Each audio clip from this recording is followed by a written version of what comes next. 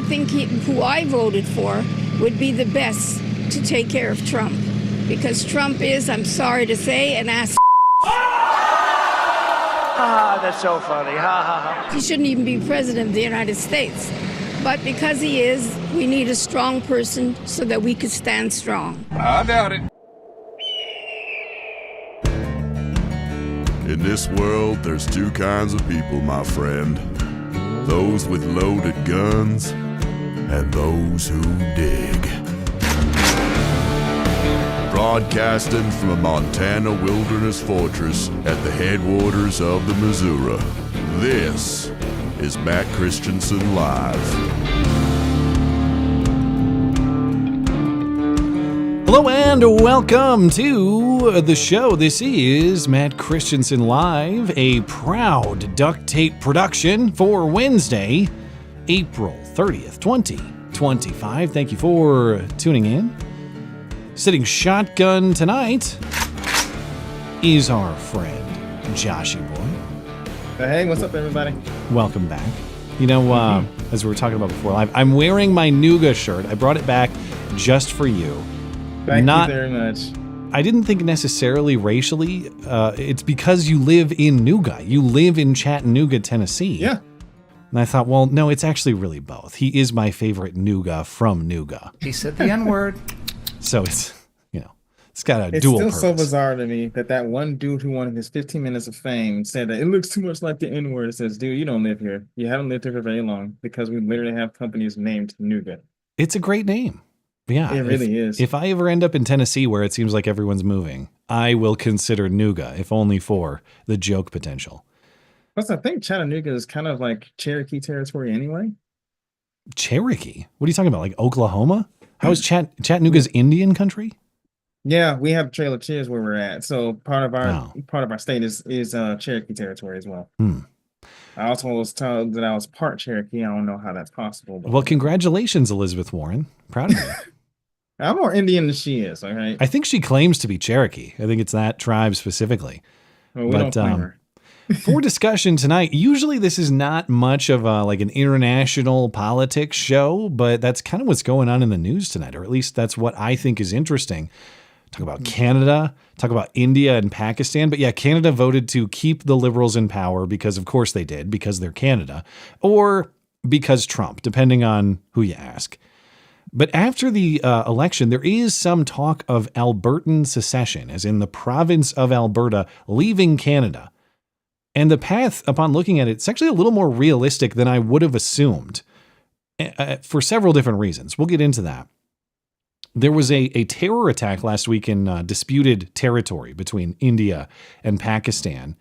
And now India and Pakistan are talking a lot of trash. And I'll remind you that India and Pakistan are two nuclear powers. So even if we avoid nuclear war between the U.S. and Canada, we might have India-Pakistan nuclear war coming, or just, you know, military conflict. Both sides are pretty pissed off after that terror attack.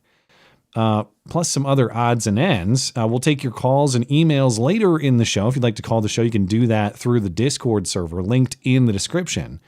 There are instructions and help available on the server. We'll catch up with your Superchats at the end of the show as well.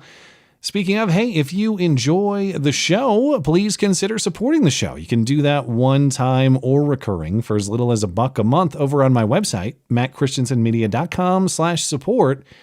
Support for the show not only helps me sustain, but it helps me pay the people who make the show possible. Like my favorite Nuga in Nuga, Joshy Boy.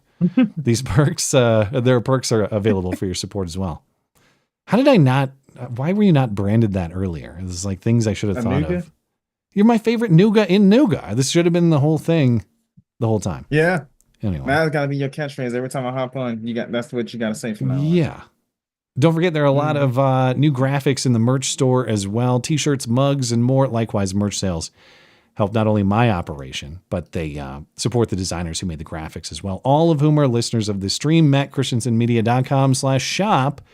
You can find both of those links right there on my homepage, mattchristiansenmedia.com or mattis.gay if you can't spell my confusing name.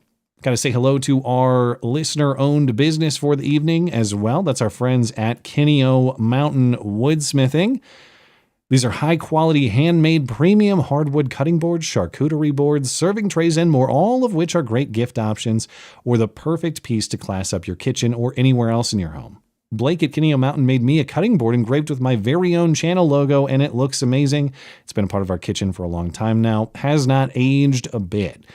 And in addition to the quality, that's the best part about Kineo Mountain's products. They are fully customizable, not just in materials, but in engravings too. So if you'd like to personalize a gift like that one, that can be arranged. Or if you have any other custom hardwood project in mind, no matter how big or how small, Kineo Mountain Woodsmithing can make that a reality for you. Just get in touch at kineowood.com. All Kineo Mountain Woodsmithing products are made in Colorado from premium domestic hardwood sources.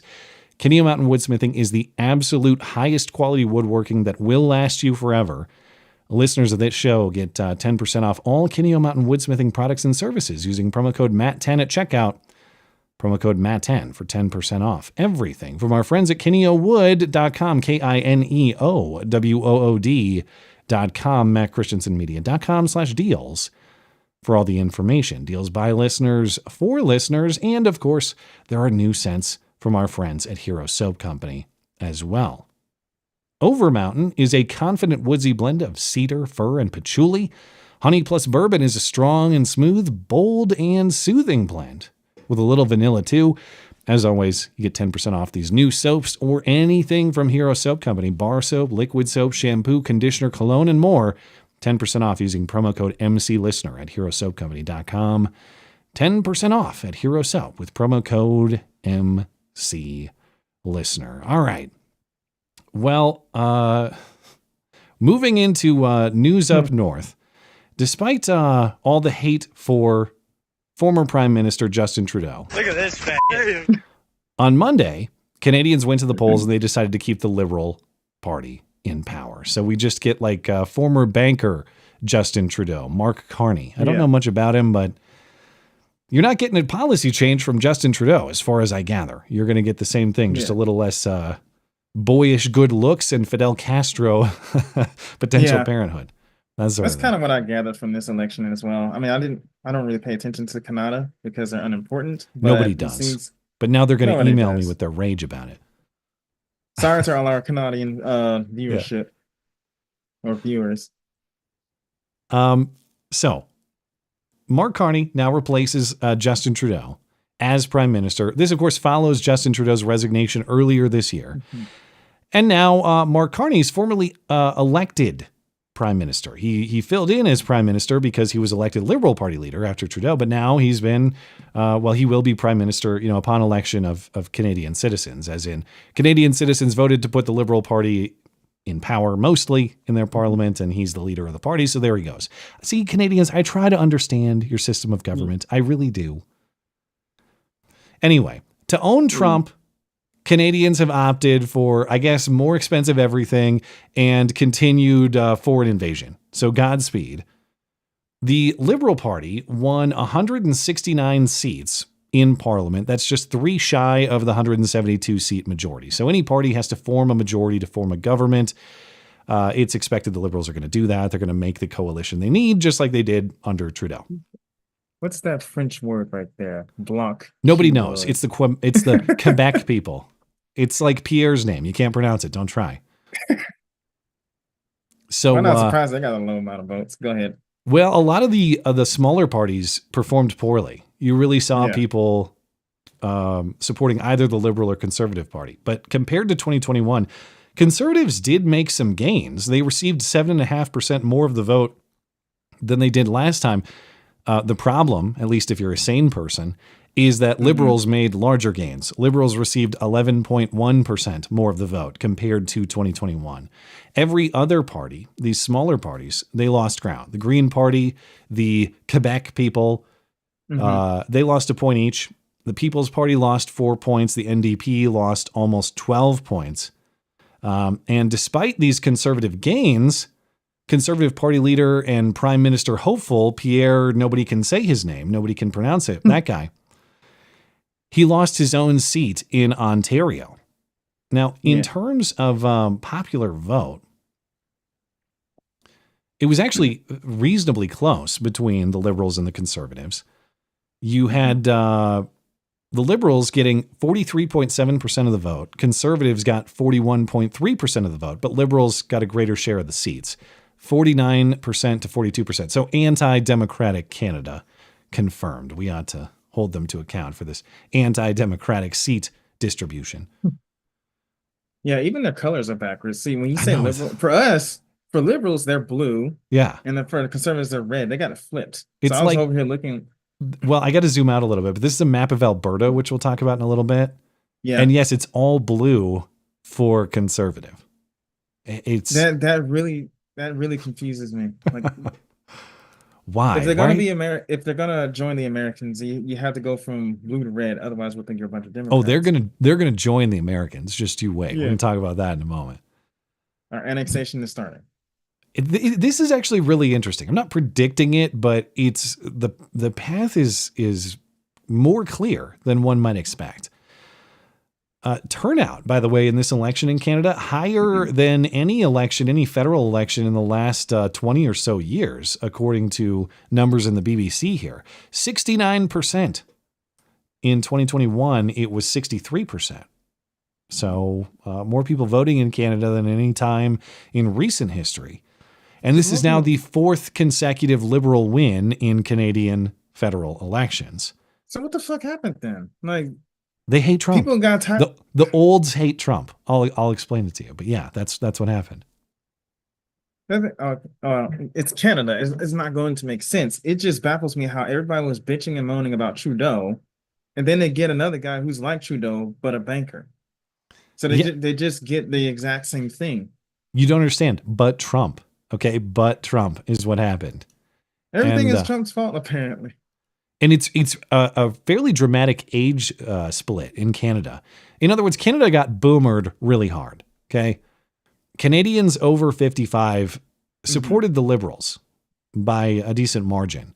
Canadians under 34 supported Conservatives, and of course, they made their selections for different reasons. Older Canadians, those over 55, according to exit polling, said that the relationship with the U.S. is their top issue, which is code for what? We hate Trump. Yeah. And if you're an old boomer Canadian who hates Trump, you vote for the Liberal Party because you perceive them as more in opposition to Trump. Younger Canadians said that the economy, affordability, and the cost of living are the top issues. They voted Conservative. Mm-hmm.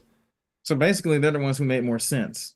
Like, I can't. They're the ones more out there in the real world, probably. Yeah. I can't afford a house. Everything is expensive. Immigration is out of control. We're less united than we have been. Canada really is very similar to we are. Yeah, a lot of the same problems, I think, just accelerated even more. It's like if we would have had Kamala as president, they're kind of at that stage, it would seem. Like they're moving even harder in the direction we were trending under Joe Biden. I would say, but I'm an outsider. The only way to fix Canada is just to purely annex them into the United States. We're invading you for your own good, and you will greet us as liberators. Okay. Yeah. We're liberating your country. Please do not resist. Okay. So, by the way, in terms of like which age group thought which issue was most important, it's not like younger Canadians were saying, well, we think economy and affordability and inflation, all that's the most important, but our hatred of Trump is a close second. No, it was just 18% of younger voters who said the relationship with the U.S. was the most important issue. So the difference in the priorities between the older demographic and the younger demographic, and I assume, like you're saying, a lot of that is probably like, I'm old, I already own a house, who cares? Exactly. No, that's exactly it. Yeah. They're on their way out the door, so there's like, well, fuck Trump. I'm almost dead anyway, so fuck the next generation. It's purely for selfish motives at this point. So when I saw this woman interviewed on CNN in Ottawa, before reading the exit polling and the voting data, I thought, well, that's just a lady saying things. She can't really be representative. No, it appears this lady is fully representative of the Canadian politics of the moment. I think who I voted for would be the best to take care of Trump. Because Trump is, I'm sorry to say, an ass, and he shouldn't even be president of the United States. But because he is, we need a strong person so that we could stand strong. So there you have it. I hate Trump and I'm old. We need a strong person to stand strong. What a choice of words right there. Well, yeah, a little redundant, but I get her point. Whatever happened, this is a spectacular collapse for the conservatives. Polling had conservatives up as much as 30 points against the Liberal Party back before Trudeau's resignation and before all the Trump annexation talk and some of the trade war fighting and all that. So regardless of, there's a lot of talk of who's to blame for this. Is it Trump? Is it Pierre Impossible to pronounce name? Whatever happened, this is a massive collapse for the Conservative Party in Canada. So the finger blaming for Trump is that, this is all Trump's fault for picking a fight with Canada. According to this theory, Trump pissed off Canadians with his talk of annexation, his trade war tactics, and so Canadians in resistance to him supported the people they perceived as more opposed to Trump, which are the Liberals. And conservatives were seen as perhaps allied with Trump, but that's why Pierre Impossible name took sort of an odd path, and this is the blame for Pierre potentially. That's the people blame Trump. That's why you picked unnecessary fights with Canada. You pissed him off. The blame for Pierre had a difficult position to navigate strategically, so I can sympathize with that. He has to defend Canada, and he should. All right, I like to make fun of Canada. I'm not Canadian, but if you're Canadian and that's your country and that's your home, of course you're going to defend Canada when the U.S. is trying to change policy with you or trying to earn some leverage over you. I get it. So just as a Canadian conservative, that's a position that makes sense. Like, hey man, I like the United States, think they're a good country, think they're an ally. However, I'm Canadian and I am Canada first. Okay, that's fine. But all fine and fair. If you're Pierre, that carries a risk, because if you're so Canada firsty, if that's the route that you're trying to go, that you make yourself an opponent of Trump, you kind of piss off conservatives who might like Trump. If he's too weak against Trump, well, then it's like, why does your party even exist necessarily? Like, or you're just an extension of Trump, I suppose, at that point. So it's kind of like a catch-22 kind of situation. It's a difficult spot to navigate. And I think there's a lot of criticism that is fair to assign to Pierre for how he chose to do it. And again, this is my perspective as an outsider who didn't pay attention to every single minute of this campaign. But Pierre described himself as not a MAGA guy, and branded himself as, I'm really tough. I'll fight Trump. I'll stick up for Canada. I get why you would take that position. However, I think it probably had the effect of pissing off Canadian conservatives who are kind of pro-Trump, actually. Even if they don't like his trade war tactics, they understand where he's coming from on the rest of his issues. And so I think he took a position that really earned him nothing, because he pissed off a lot of conservatives. Liberals were never going to vote for him anyway. And they didn't really believe him on this, like, I'm going to fight Trump stance. And so they just, people who hate Trump voted for Liberals regardless. And Pierre kind of ended up in no man's land, it sounds like. Well, what I would have done, as if he's supposed to be the Prime Minister of Canada, you don't always necessarily have to take a stance or even give commentary on Trump, right? People think that if you include Trump, either you're for Trump or against Trump, that's either gonna get you favor from either party. But if your focus is on Canada, then just talk about Canada. I understand the situation between us and them, right? But if you're trying to focus on Canada and making Canada great, so to speak, great again, then focus on what the actual issues are, and kind of, if you can, just leave Trump out of it. I don't understand why people have to include Trump in everything or feel the need to. I know he's been shaking up things around the world, but really, in the grand scheme of things, if you want your own country to be sovereign, you need to focus on your country itself and not worry about what the next guy is doing necessarily. Yeah. I understand we got this tariff things going on. At the same time, though, I wonder if he had just ignored Trump entirely, if he would have been called out for that. Like, oh, you don't want to talk about Trump because you're secretly Trump's best friend and you're gonna Trumpify Canada and all that. Well, yeah, there's always going to be opposition like that. There's always people who are going to be talking shit. And it's like, oh, you didn't talk about Trump or anything like that. It's just, look, I'll address that later. Right now, we have a crisis of our own that I kind of want to focus on. Yeah. All right. Not everything needs to be about Trump. That's the problem with a lot of these leaders.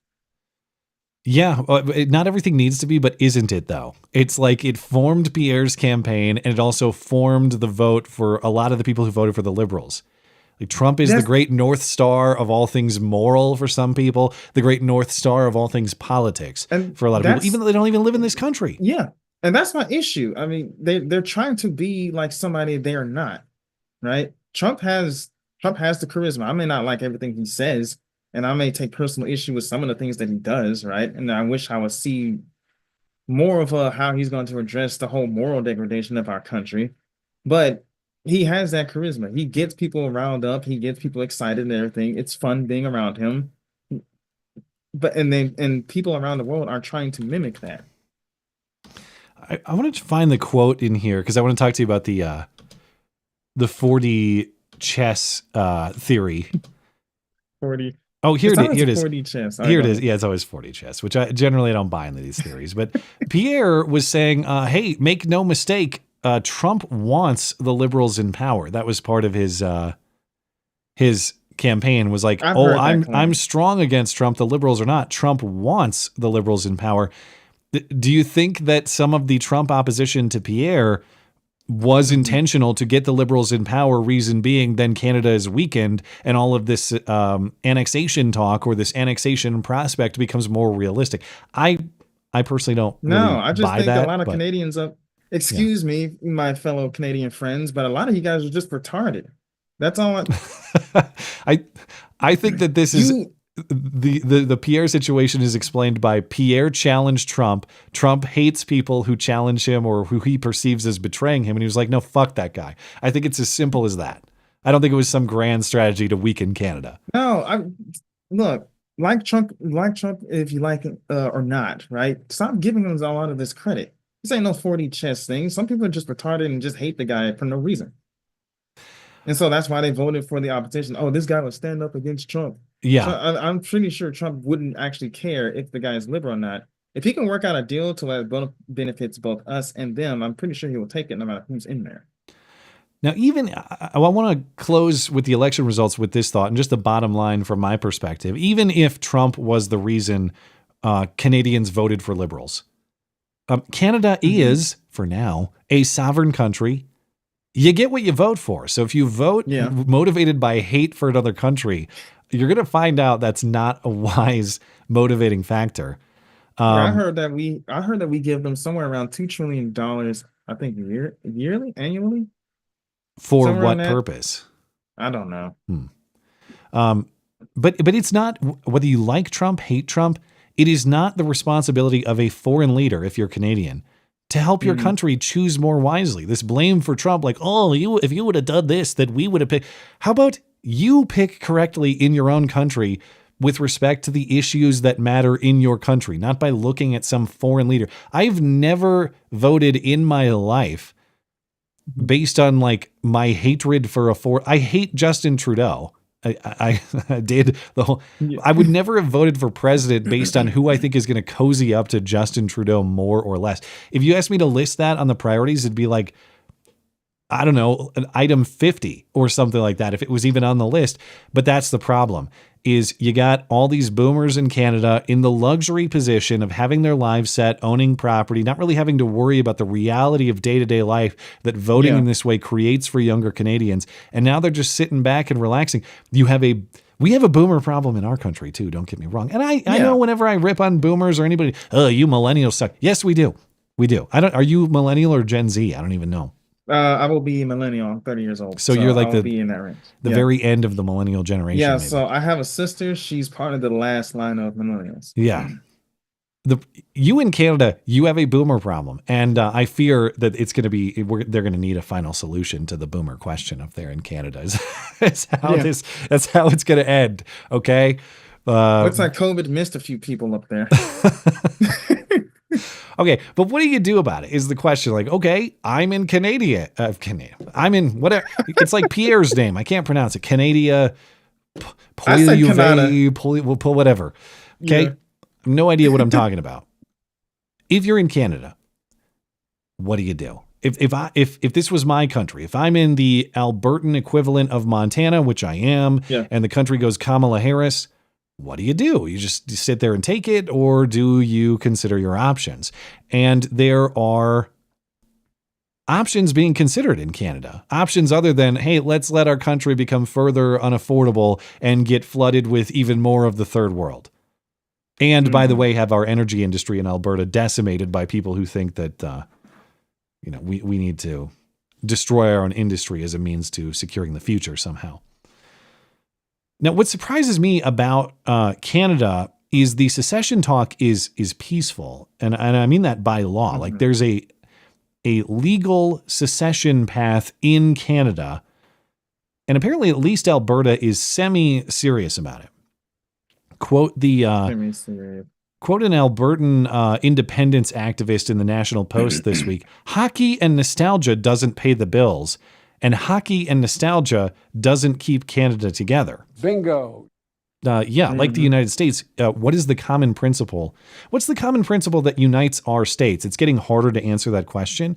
If you're in Canada, what's the common principle that unites your provinces? And it's not hockey, and it seems to be the uniting principle of Canada is we hate Trump, we hate America. But you got to have a positive value, something affirmative that you stand for, something affirmative that you are.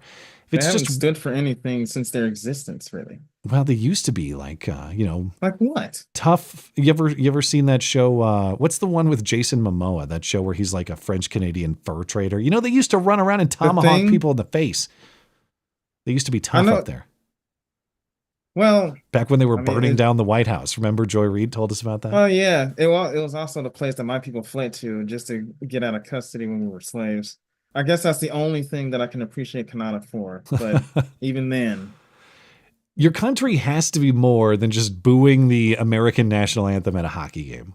There's got to be something that it is united on. Speaking of hockey, did you see that fight between the U.S. and Canadian hockey players? Back when they were in that international tournament, whatever that was. I guess I didn't see it. But so in the first 9 seconds, according to that countdown, there were multiple of 3 fights. And then, because I was at work and my coworker showed me this, and I think they had to be AI generated. And if it wasn't, it would have been funny as hell. There was a press conference after that kind of addressing the fights. And so the guy goes on there, and I'm pretty sure it was AI. You know how they use that AI voice thing to make people say things that they really didn't? No. Well, I guess, yeah. Yeah. So it was kind of one of those situations, and it turns out President Trump called us and said, "Give those Canucks a few knuckle sandwiches before I feed them these tariffs or something like that."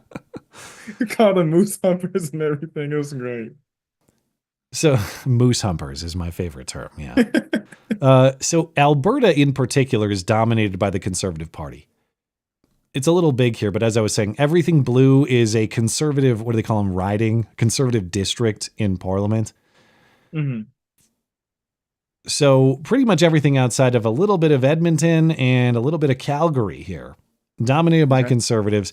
Saskatchewan is similar. 13 of 14 seats are conservatives. Liberals actually gained one in Saskatchewan this time. It was 14 of 14. None of the other provinces are really similar. Manitoba is about 50-50, but Alberta is really an outlier, and Saskatchewan too, in terms of its politics at this point. Still, though, current polling shows only about 3 in 10 Albertans support leaving Canada, though that number is probably a little bit low. Like if someone came to me and said, do you support leaving the federal government? In my head, I might be like, very much so, generally. But I'm not interested in signing up for being identified as a treason committer with a journalist or a pollster. So maybe I would withhold that opinion. So 3 in 10 willing to tell pollsters that they want to leave Canada if the Liberals hold on to power, which they did. That might be a larger number than it sounds like. Mm-hmm. But that's I'm sure once the ball gets rolling, there's going to be a lot more support behind it. And that's the thing about Canada is like you fear being labeled a treason person. It's actually not treasonous anyway. Well, they'll say that's what it is. Mm-hmm. If you want to leave, it's treason. But that's the thing about Canada. You actually have the legal right to make that secession move or initiate it. This is according to Canadian legal analyst Keith Wilson. Canada is the only country, or at least the only country in the West, with this legal feature, as in like provinces have a right to at least start the negotiations for the secession process. If Alberta were to decide to leave Canada, the rest of the provinces and the federal government have a legal obligation to listen, and they have to negotiate. This is not an automatic civil war situation if Alberta decided to go this way. This is rare. Most countries around the world, and I've been researching this to try and find countries that actually have in their constitutional framework a mechanism for a region, province, or a state to lawfully vote to leave and let them go. Most places, that's treason. Canada is the only country, for example, in the Commonwealth that has constitutionalized the method for a province to leave. And it's the 1998 reference case of the Supreme Court of Canada that arose because of the referendum that was coming in Quebec. And the Supreme Court of Canada, our Supreme Court of Canada, ruled that if a clear majority of voters within a province vote in favor of independence, of secession, on a clear question, then each other province, federal government, and First Nations are all obligated to come to the table. They can't sit it out. They can't say, oh, sorry, I'm busy today. They can't say, we're not playing. They have to come to the table. They have to enter into good faith negotiations as to the details, as to, is Alberta going to keep the national parks and buy them from the federal government, or is the federal government going to keep the national parks, etc., and what relations will the First Nations have?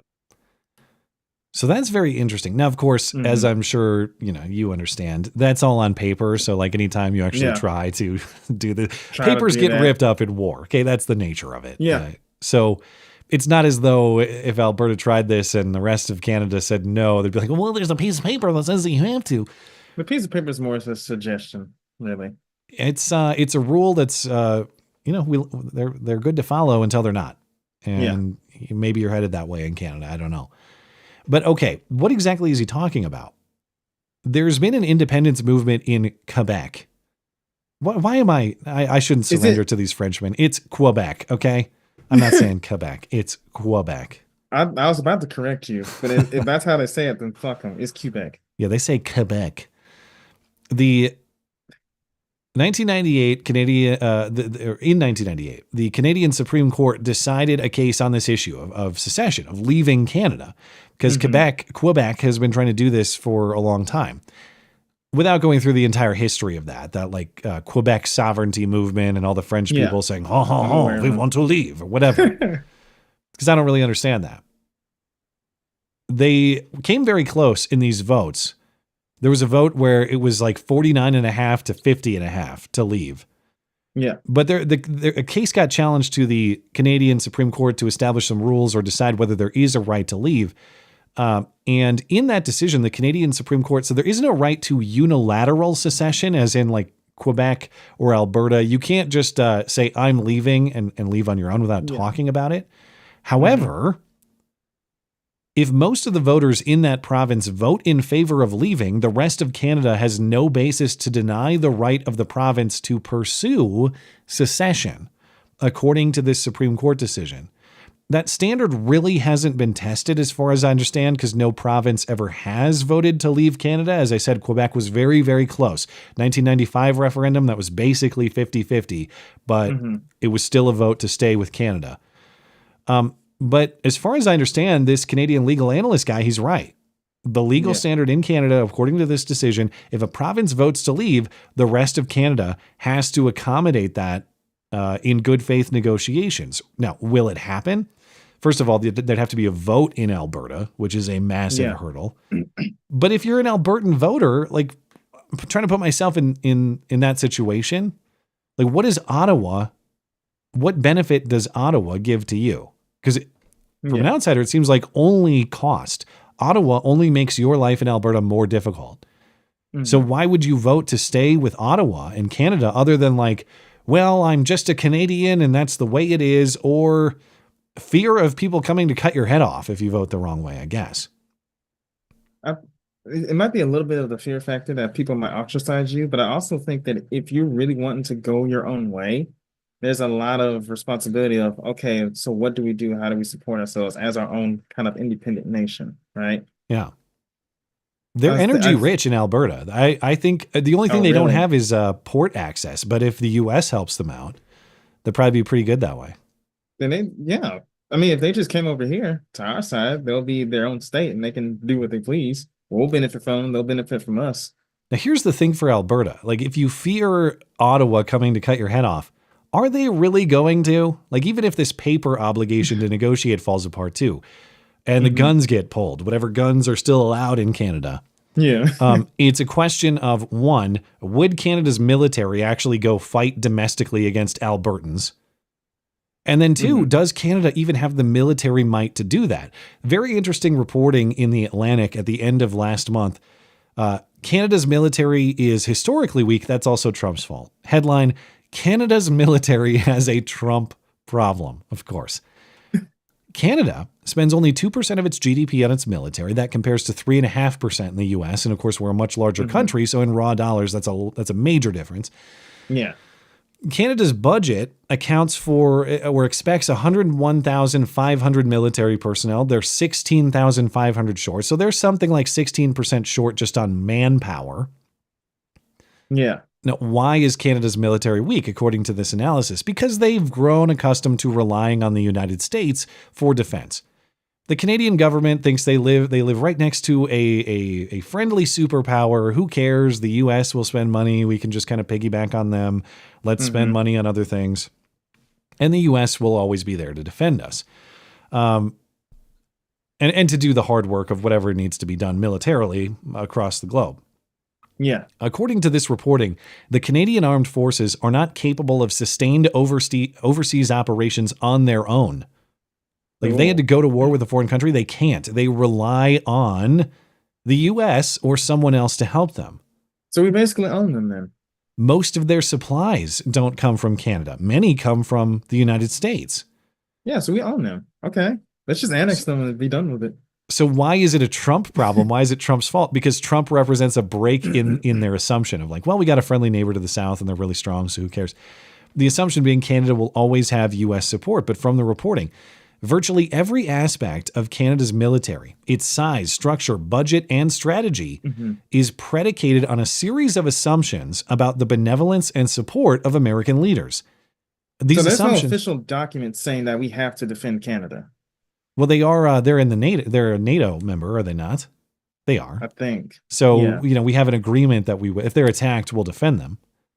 But So maybe that's what they're banking on. But it is assumption that just because we're friends with them, we'll just do everything for them. these assumptions have been in place for decades. President Donald Trump has overturned them in a matter of weeks. So my point is, let's say Alberta actually got serious about leaving. A big hypothetical, a big if, of course. But if it happened, number one, consider those defections. Like, okay, you're going to ask Farm Boy from Alberta to go into Alberta and disarm his neighbors. Good luck. Yeah. And even if you did, if that happened, if those defections happened, that's going to weaken an already weak force. But then consider the wild card in this situation too, and you've hinted at this. What if Alberta wanted to secede, and one of the terms of secession was entering the United States? And what if Alberta had American military backing in that negotiation? It's over. Yeah, you're done. They're fucked. Now, one step closer to annexation. I'm not predicting this is going to happen. It would surprise me if this happened, but I am saying, looking at the details, both legal and military circumstances, it's a lot more realistic than I thought on first glance. I'm praying this happens. So I've been wanting something interesting to happen in Canada for a very long time, and this looks to be it. Right, look, where do the best hockey players come from? Can we own them in hockey once we have the Albertans, or do they live elsewhere? I don't know. I have no clue. but I'm very, I shouldn't say I'm hopeful that this happens, but I'm very hopeful that this happens. If Alberta is serious and they actually succeed and join the United States, this will be a very historic moment.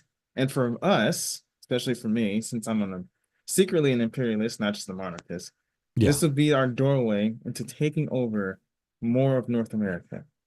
What about Mexico? You want to do Mexico too?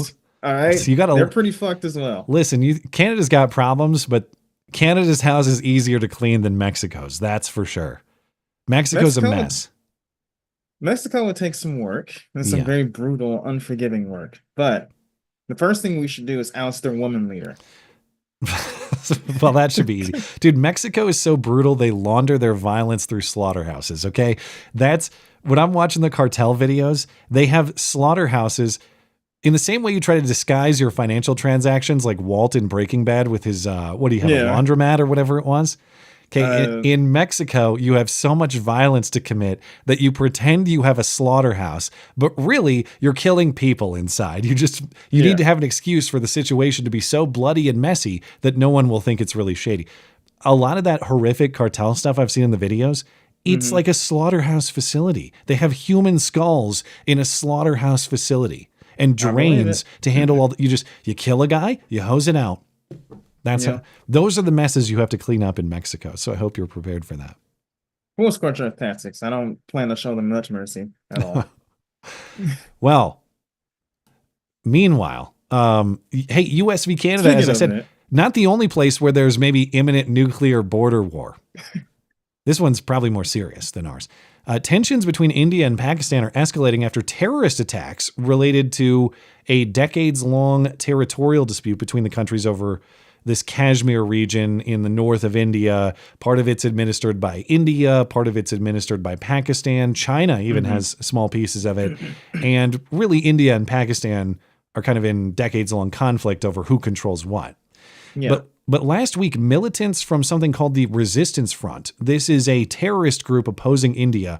They're not like Pakistani government backed formally, although formally they look like secretly, they're pretty Pakistani to me. But militants from the Resistance Front stormed a resort community near Pahalgam. I'm sure I'm pronouncing that incorrectly. But this is a city or a town up in that disputed territory. But they had AKs, they had M4s. 5 of these terrorists shot 26 people dead and injured. How many more? My number's wrong here. I think it's how many were injured? They massacred 20. No, I don't have the numbers here. I had 5 in my notes, but that's not right. It says massacred 26 tourists according to the paper. Yeah, there were dozens of injuries too, but you get the idea. Yeah. The reports say the terrorists walked around asking people their names and religions before shooting them if they answered wrong. So these are Muslim militants looking for Hindu people, is my understanding. Really? The perpetrators, they're all still at large. Kashmir police have a bounty on those responsible. India has blamed Pakistan for being involved in the attack. Pakistan denies involvement. And apparently Pakistan, to some extent, denies the event itself. The Pakistani defense minister claims that the entire attack was some kind of false flag. This is something orchestrated, We suspect, very strongly suspect that this was a false flag operation. And Pulwama, the last time you're talking about 2019, ultimately proved to be a hoax. It was admitted by the Indian media that it was a hoax created or orchestrated to blame Pakistan for something which was never connected to Pakistan. We're not paid actors. It really happened. The Indians hired David Hogg, I think. Man, that guy sounds like the person that I answer the phone when I call for a company. He's the guy for sure. He is the guy. Yeah. Oh, fun fact. Most people don't know that Pakistan and India are Asian countries. Yeah. As well as Uzbekistan and Turkmenistan. That's why in like British media, you'll see Muslim people or like who you might think of as Middle Easterners or Arabs described as Asians. Yeah. Yeah. Even though India and Pakistan are not the Middle East, but sometimes we sort of think of them that way. Yeah. They got the word. They got the stand in there, so most people think, "Oh, there's the Middle East." It's like, no, those are Asian countries. Yeah, we don't typically think of them as Asian countries, given the fact that when you think Asia, you think Japanese, Chinese, whatever, right? Well, but here's my question for you, because when I hear the Pakistani guy, false flag, I'm like, well, I don't know. I mean, there is video of it, as we'll get to. However, you are asking me a very difficult question, and it's a hate question. Who is more scammy? India or Pakistan? Who's scamming whom? You got to think about it. See, the thing is, I don't like the infidels a whole lot. Okay. but I slightly hate the Pajeets a little more, Okay. especially since they left a very sour taste in my mouth. Because actually, I hate both of them equally. Okay. See, Well, who's lying? Who's the hoaxer? Or are they both hoaxing? I think they're both hoaxing at this point. I would say India is slightly hoaxing harder than Pakistan. So your team Pakistani false flag then? You have to pick. All right, you know what? Because I hate the infidels a bit more, I'm going with India. Oh, you think India is the truthful party or the more truthful party? The more truthful party, yeah, sure. Okay. I'm gonna go with them. Well, whether this attack was real or fake, it had great production value, or at least this guy's video did. There's a video of a guy going down a zip line. Again, this attack took place in like a mountain resort community, and you can hear the terrorists down below him shooting their guns, and he doesn't seem to realize or care.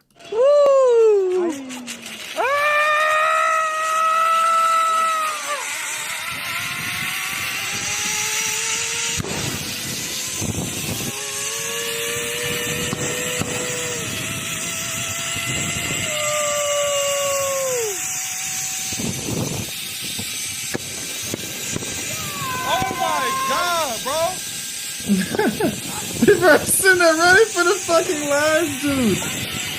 That guy just dropped.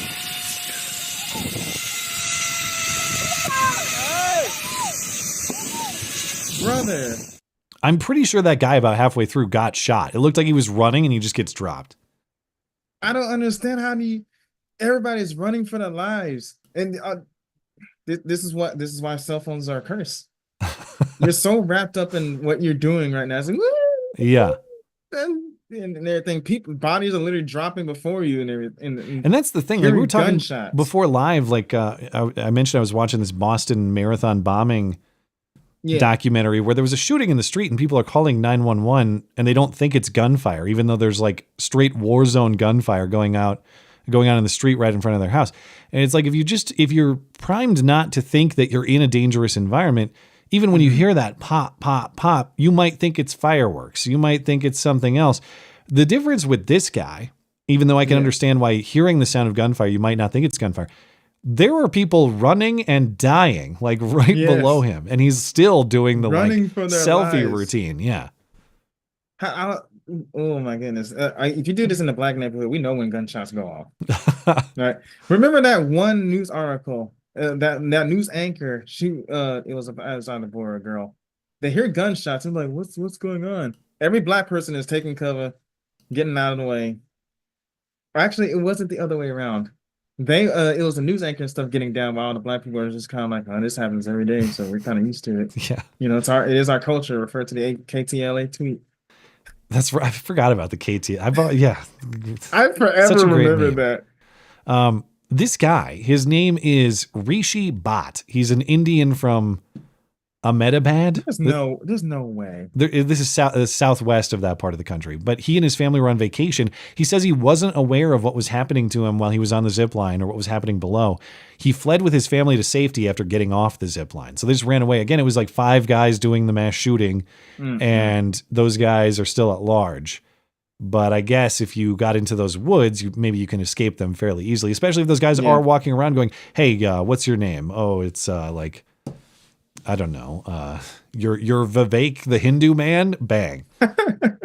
You need to be Ahmed, the faithful Muslim. Whatever. You need to be Omar, Abdul, Hassan, Hassad, Abba, Ali, Shahid, Muhammad. The only one Muhammad? You need more, I think. Yeah, only one. And if you get that reference, you get a gold star in my class.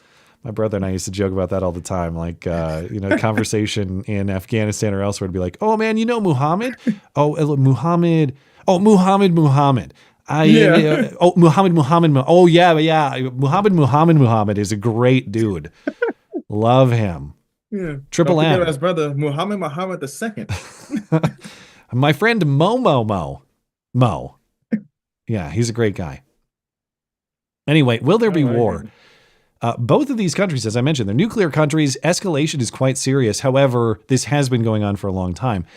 Pakistan is now claiming to have credible intelligence that India is planning a military strike against them in the next 24 to 36 hours. This is according to reporting earlier today. maybe Pakistan is planning their own false flag. I don't know. It's going to be a false flag nuclear war. They're both going to hoax their own nuclear holocaust, and we'll have to decide which one deserves more international sympathy. Well, which one? Let's see. Infidels. See, the reason why I have less sympathy towards India for several reasons. One, Vivek left a very sour taste in my mouth. Two, I don't know his if you saw that. H1B ass. Shut up. Yeah, H1. Yeah. I don't know if you saw Sargon of Akkad's video on Indian cuisine over there. I've Shit's not. nasty as fuck, dude. Well, they spit in it. They dip their hands in it. They don't wash their food off. I have hated Indian food forever. I could tell you stories, but I've always hated Indian food and Chinese food. And then there's the fact that a lot of them come over here and they get rich, and then the rest of us are poor and everything. They're over here flaunting their cash, riding their. This is pure hatred from both sides, right? If they're not controlling the gas stations, they're controlling the convenience stores, and it's a lot of them too, if you think about it. Well, yeah. I mean, yeah. What? Probably a lot of the reason Canada is the way it is because of the IQ. You know. Anyway, India did conduct airstrikes inside Pakistan in 2019 in response to an insurgent attack like this one. So maybe this is more normal than it seems. Like I said, this conflict has been going on in various forms for decades. So I don't mean to be alarmist. It's just, it does seem like it's heating up. It's nothing new. It's like the conflict between Russia and Ukraine, right? That's always been going on. Yeah, it's some might say it got a little hotter in recent years, but depends on who you believe. No, I've been knowing about that thing since 2014. They've always been at each other's throats. Marco Rubio, U.S. Secretary of State, is speaking to both countries trying to ease tensions. So, hey, speaking of Indian scams, did you even know this guy? Oh, okay. So, real quick context. I did watch this earlier, and I kept waiting for the laugh track to play. Right? I thought this was a skit. I could probably try it. I don't know if I have a laugh track in here, but you know how to do that Saturday Night Live skit? That dude looks like he's an actor on there. Well, and it took me a minute to realize that, holy shit, this dude is a real anchor. I don't know where. Speaking of Saturday Night Live, I got a point related in a moment. But yes, how many people even knew this was a member of Congress before they saw this video? I didn't. This is Congressman Sri Tanadar, Congressman from Michigan's 13th district. Is he Pakistani or is he Indian? He's Indian. Oh my God. He represents Detroit. He was born in India. He came to the U.S. in 1979 to get a PhD. And despite those decades of education and decades of being in this, decades of presence in this country and, high level education, he still talks in this funny way. And a friend roll in his R's. Friend of mine messaged me earlier this week and said, he looks like Jimmy Fallon and Tiger Woods combined, like their child. And so I thought, I got to put the photos side by side. And bingo.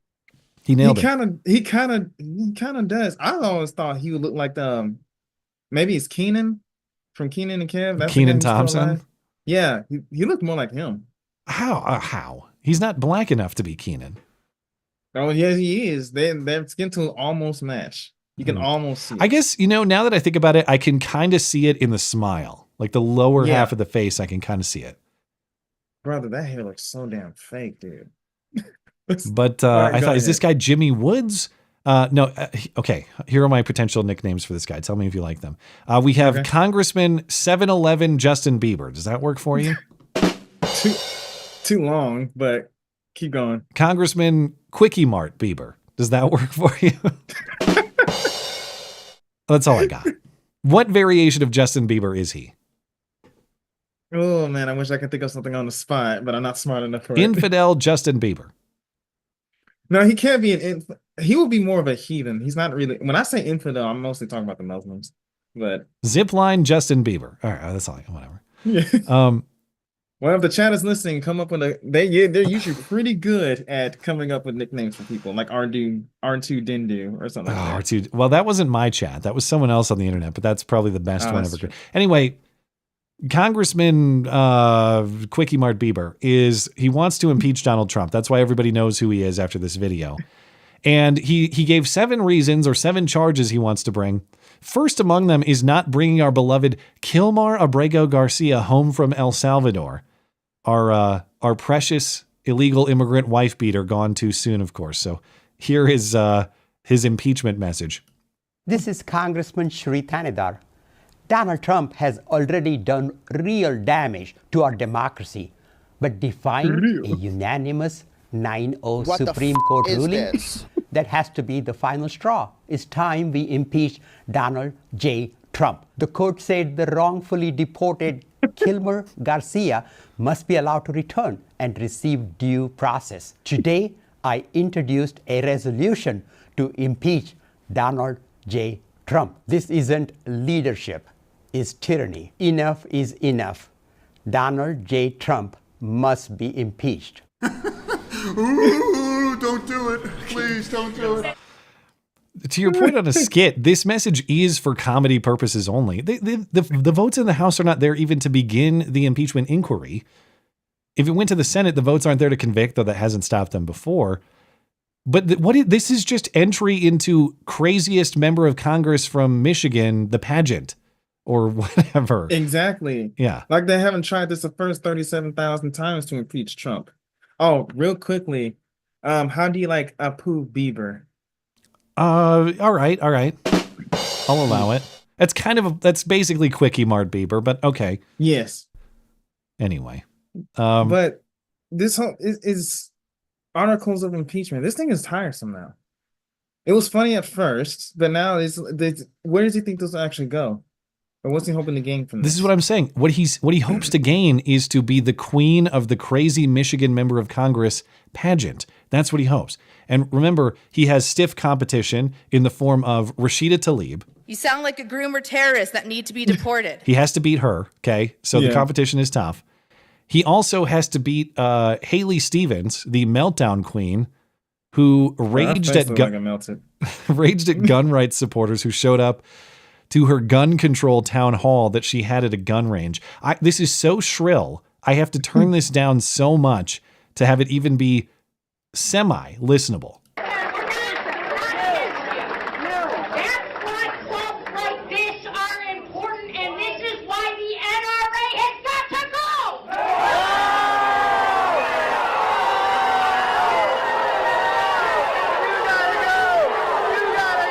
The American people are tired of women. That's a member of Congress screaming about.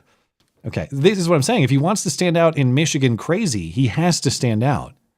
Yeah, he has to be the Saltina of all of them. Yes. So I think that's what he's doing. Now, I actually agree with her. The NRA does have to go, but for different reasons. I think we probably we don't agree on the reasons why, but maybe we have common ground on that. Yeah, but remember, I never really cared about the NRA. I did at first when I was young and naive, but given the fact, I don't know. I don't necessarily care too much about guns in itself. But you're a knife guy. You're a stabby man. Yes, I'm a stabby and bludgeon kind of dude. Yeah. Oh, I didn't know you enjoy blunt weaponry. If you study medieval history as much as I do, you'll learn to grow fascinated with both medieval weaponry as well as medieval executions. What do you like? Maces, hammers? Maces, warhammers, cleavers. My favorite will be the halberd. What is that? A halberd. Think of an axe on a really long pole, and the reason why you don't have a cavalry anymore. Oh, there was like anti-horse weaponry or something? Yeah, I think it was the Swiss that used them, especially if you were to charge uphill and they had them. All you had to do was just bring it down. They completely butcher. So it was kind of like ranged. If it was super long, you could. Yeah, it's a ranged weapon that was really effective. Well, is it good for hood defense? Hood defense? Probably. How does it hold up in Nuga? How does it hold up in Nuga? Well, Nuga is being taken over by a bunch of pansies from California. Oh, so you're safe. So they don't have weapons. Yeah. Now, of course, to stand out in Michigan, Congressman Quickie Mart Bieber also has to compete with Stretch and Gretchen Whitmer, who may or may not have earned this nickname thanks to her high school sexual conduct, which you can read about on X. That's disgusting. Gretchen is not a member of Congress, of course, but she does contribute to Michigan's insanity and Michigan's shame very possibly could be the next Democrat nominee for president if she can beat, David Hogg or whoever they put up. David Hogg can't run, but it's a party that's in a desperate state. Mm-hmm. Now, speaking of Gretchen, Trump was in Michigan yesterday for a rally, but he also spoke at this Air National Guard base that was supposed to close, but something about how they're going to repurpose it or give it new life. I forget. But this Air National Guard base is going to remain open, and Trump and Gretchen have worked together on that issue. And just like he did the other week, were you on the show where Gretchen hit her face? Were you? Was that? No, that wasn't me. Okay. Well, if you remember a few weeks ago, Gretchen showed up at the White House to talk to Trump about this same thing, like securing. No, wait. Yeah, I was. And then she hid her face behind those folders when people were taking photos of her because she didn't want to be seen with Trump. Yeah. Because back then Trump did the thing where he sat at the Oval Office and said, Gretchen's a great person. She's doing a great job. I'm wondering, what is he doing here? She's a bad person doing a bad job, but is he being strategic? Well, yesterday, Trump did the same thing. This time in Michigan, he goes to Michigan. He praises Gretchen Whitmer as a good governor who is doing a good job. Governor Gretchen Whitmer for bringing it also to our attention very strongly. And, I'm not supposed to do that. She's a Democrat. They say, don't do that. Don't have her here. I said, no, she's going to be here. She's done a very good job, frankly, and she was very much involved with the Republicans. They worked together on saving it, and it was not easy. So I want to thank you very much, Gretchen. Good job. Thank you. Boo. What is he doing? Just one thing. Huh. This is part of my criticism towards Trump. When I listened to him and everything, I know people are fascinated with his speech and all of that, and I've listened to the guy plenty. He's not saying a whole lot. She's doing a very great job. She's working with us Republicans and everything, and it wasn't easy. And it's like, okay, so what the fuck are you talking about? Can you give me any details whatsoever? There might be more context in the speech itself. I'm just taking out the part where he's praising Gretchen. And I'll again present you the question. I think we considered this last time. Is it just pleasantries? Is it just Trump playing nice with someone who worked with him? Or is Trump trying to commit some kind of act of sabotage to damage her in the 2028 presidential run, where all of a sudden Democrats are playing clips of her cozying up with Donald Trump because Stretch Gretchen loves to cozy up with people? Just ask her high school classmates. I'm going to go with the former, that he's just doing pleasantries, but the latter is kind of a byproduct. Does that make sense? Okay, so he's primarily trying to be nice, but he likes the benefits. Yes. Gretchen Whitmer is Trump's friend with benefits. We have confirmed. Yes. All right. Stretching Gretchen. A lot of people have experience, they say. You got to ask her classmates. That's disgusting. Just remember, Trump, you're married to somebody who's more beautiful. If it doesn't work out with Gretchen or with Melania, Trump is also saying he'd like to be the next pope. Asked on the White House lawn yesterday, hey, who would you like to be the next pope? After the death of Pope Francis, of course, Trump jokingly nominated himself. As Pope? Yeah. I'd like to be Pope. No. That would be my number one choice. No, I don't know. I have no preference. I must say we have a cardinal that happens to be out of a place called New York who's very good. So we'll see what happens. Cue the hit pieces. Trump to seize the papacy to propel the United States into theocratic fascism, of course. All right, so I've already insulted our Canadian viewers, and now I'm about to insult the Catholic viewers. Oh, go ahead. I pray the downfall of y'all's church. The downfall? The thing is, I'm getting ready. I'm on the verge of converting to the Eastern Orthodox. Mm-hmm. Because I've grown quite tired of the Protestant nonsense around me. Oh, yes. I remember some calls on that topic. Yes. So the Protestant churches are basically ceasing to exist. A lot of them are being emptied out and everything. And I've kind of come to realize that we're a bit of a joke, right? We kind of have a loosey-goosey relationship when it comes to Christianity. The Catholics, on the other hand, they're the ones who split from the Orthodox Church. And then you have some people who dispute this or whatever, and I'm still kind of learning about it. There are similarities between the Eastern Orthodox and the Catholics. However, as I explained to my coworker earlier today, I have a very mild hatred for the Catholics, right? Or their church. So... Wait, for them and the church or just the church? The Catholic Church I'm not really fond of. Mhm. When I say I hate the Catholics, I'm kind of being funny, right? I don't literally hate every Catholic that I come across, although I am disappointed, right? I'm also I'm disappointed to meet you. Now that you sound like a guy storming an Indian resort community, asking people about their faith and then expressing disapproval. Maybe a little less violent though. Yeah, it's like, so are you part of the Catholics or are you the Orthodoxy? He says, well, my name is so and so, and I'm a Catholic. He said, to the crucifix with him. Well, yeah, then it's oh, where's my button? Deep in here. I already lost it. What was I looking for? Oh, this is the one I was looking for. This is you when you find him. I shot someone with a gun. Yeah. Just like those jihadis. Anyway, okay, so you think Trump would do a better or worse job than Francis as Pope? I can't take him seriously as a religious figure. Can you take Francis seriously as a religious figure? Some can't. No. Yeah. Even as Protestant, didn't really like Pope Francis. Fuck, I mean, you know what? Let me be nice today. No, fuck that guy. Forget it. That was very kind of you. All right. Look, I appreciate the last. What's his name? Robert. I appreciate him for getting on, and I really enjoyed that call. Yeah, Robert's not great. That call. Yeah, I really enjoyed that show, and it was fascinating. Well, to thanks. Me. And I really hope to see Robert again soon. So, Robert, no personal offense, but fuck that guy. Well, Robert is very measured. Robert's very kind. Robert's opinionated, but he's not looking to upset, which maybe is a trait you don't necessarily share, but that's fine. You got to ruffle some feathers sometimes. I'm totally fine with. I mean, in real life, outside the stream, I try to be very nice and at least try to understanding of people. But I've been told by many other people before, if I clearly don't give a shit, you will see it on my face. Except for when I'm approaching people, asking them about their religious affiliation, and then saying "fuck you" if they answer wrong. Yes. Anyway, all right, I gotta keep it moving because we gotta get to our callers, and I have one more item. Gotcha. And that is some more evidence of Kilmar Abrego Garcia's gang membership. So remember Kilmar Abrego Garcia, who Congressman, yes. I just saw a super chat. It's Call Center Bieber. Congressman Call Center Bieber is very worried about our beloved Maryland father, Kilmar Abrego Garcia, gone too soon to El Salvador, of course. I'm calling Trump on you, you illegal motherfucker.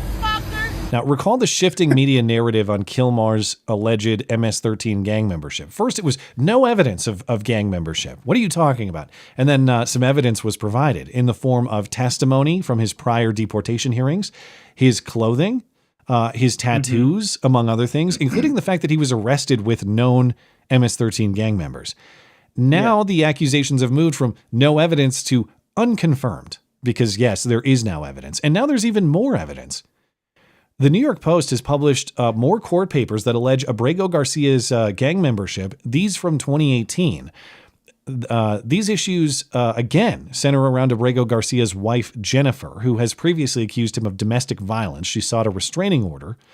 In 2018, Jennifer's ex-boyfriend, Edwin Trejo Ramos, said in documents requesting an emergency court hearing on the custody of the couple's two children, key point, as in Edward's children, Edwin's children, not Kilmar's children. Okay. He was worried that these two children were in trouble because Jennifer is dating a gang member. I'd be worried too. Referring almost certainly to Kilmar, though he's not named. Ramos is currently incarcerated in Maryland, so Jennifer really can pick him. She's got multiple baby daddies, I think, and one's in El Salvador prison, the other's in Maryland prison. That happens to be most modern women today. Most of them, not all, because somebody got mad at me once. Most of them simply do not know how to pick men. Well, there's a lot of factors there. Yeah. I mean, men are supposed to, or women are supposed to model, male behavior after their fathers. Strong fathers give women cues about how to pick good men.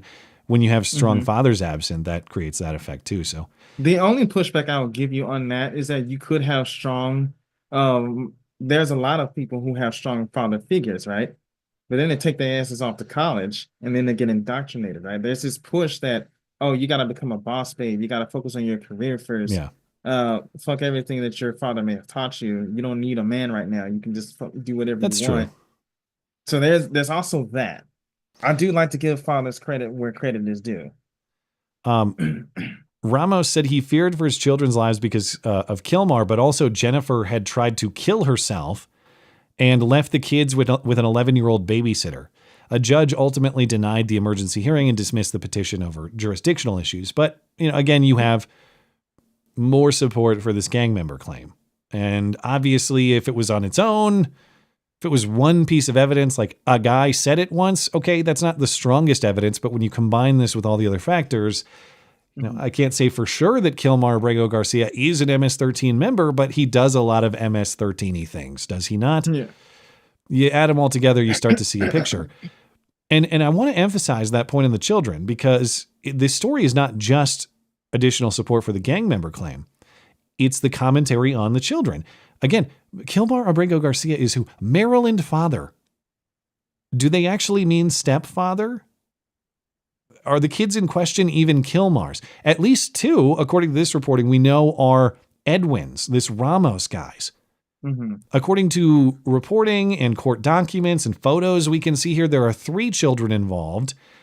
And according to the New York Post here, they say that Kilmar and Jennifer have a son born in 2019. So I guess Maryland father still kind of applies. But the kid thing has been something of a disguise, something of a distraction, because he's really Maryland * father *. Insofar as the children that they put up to justify his presence here, most of them are not even his. They're some other guys. Mm-hmm. There are also questions. I haven't looked into this. I've just accepted the premise that Jennifer is a U.S. citizen because that's what's reported.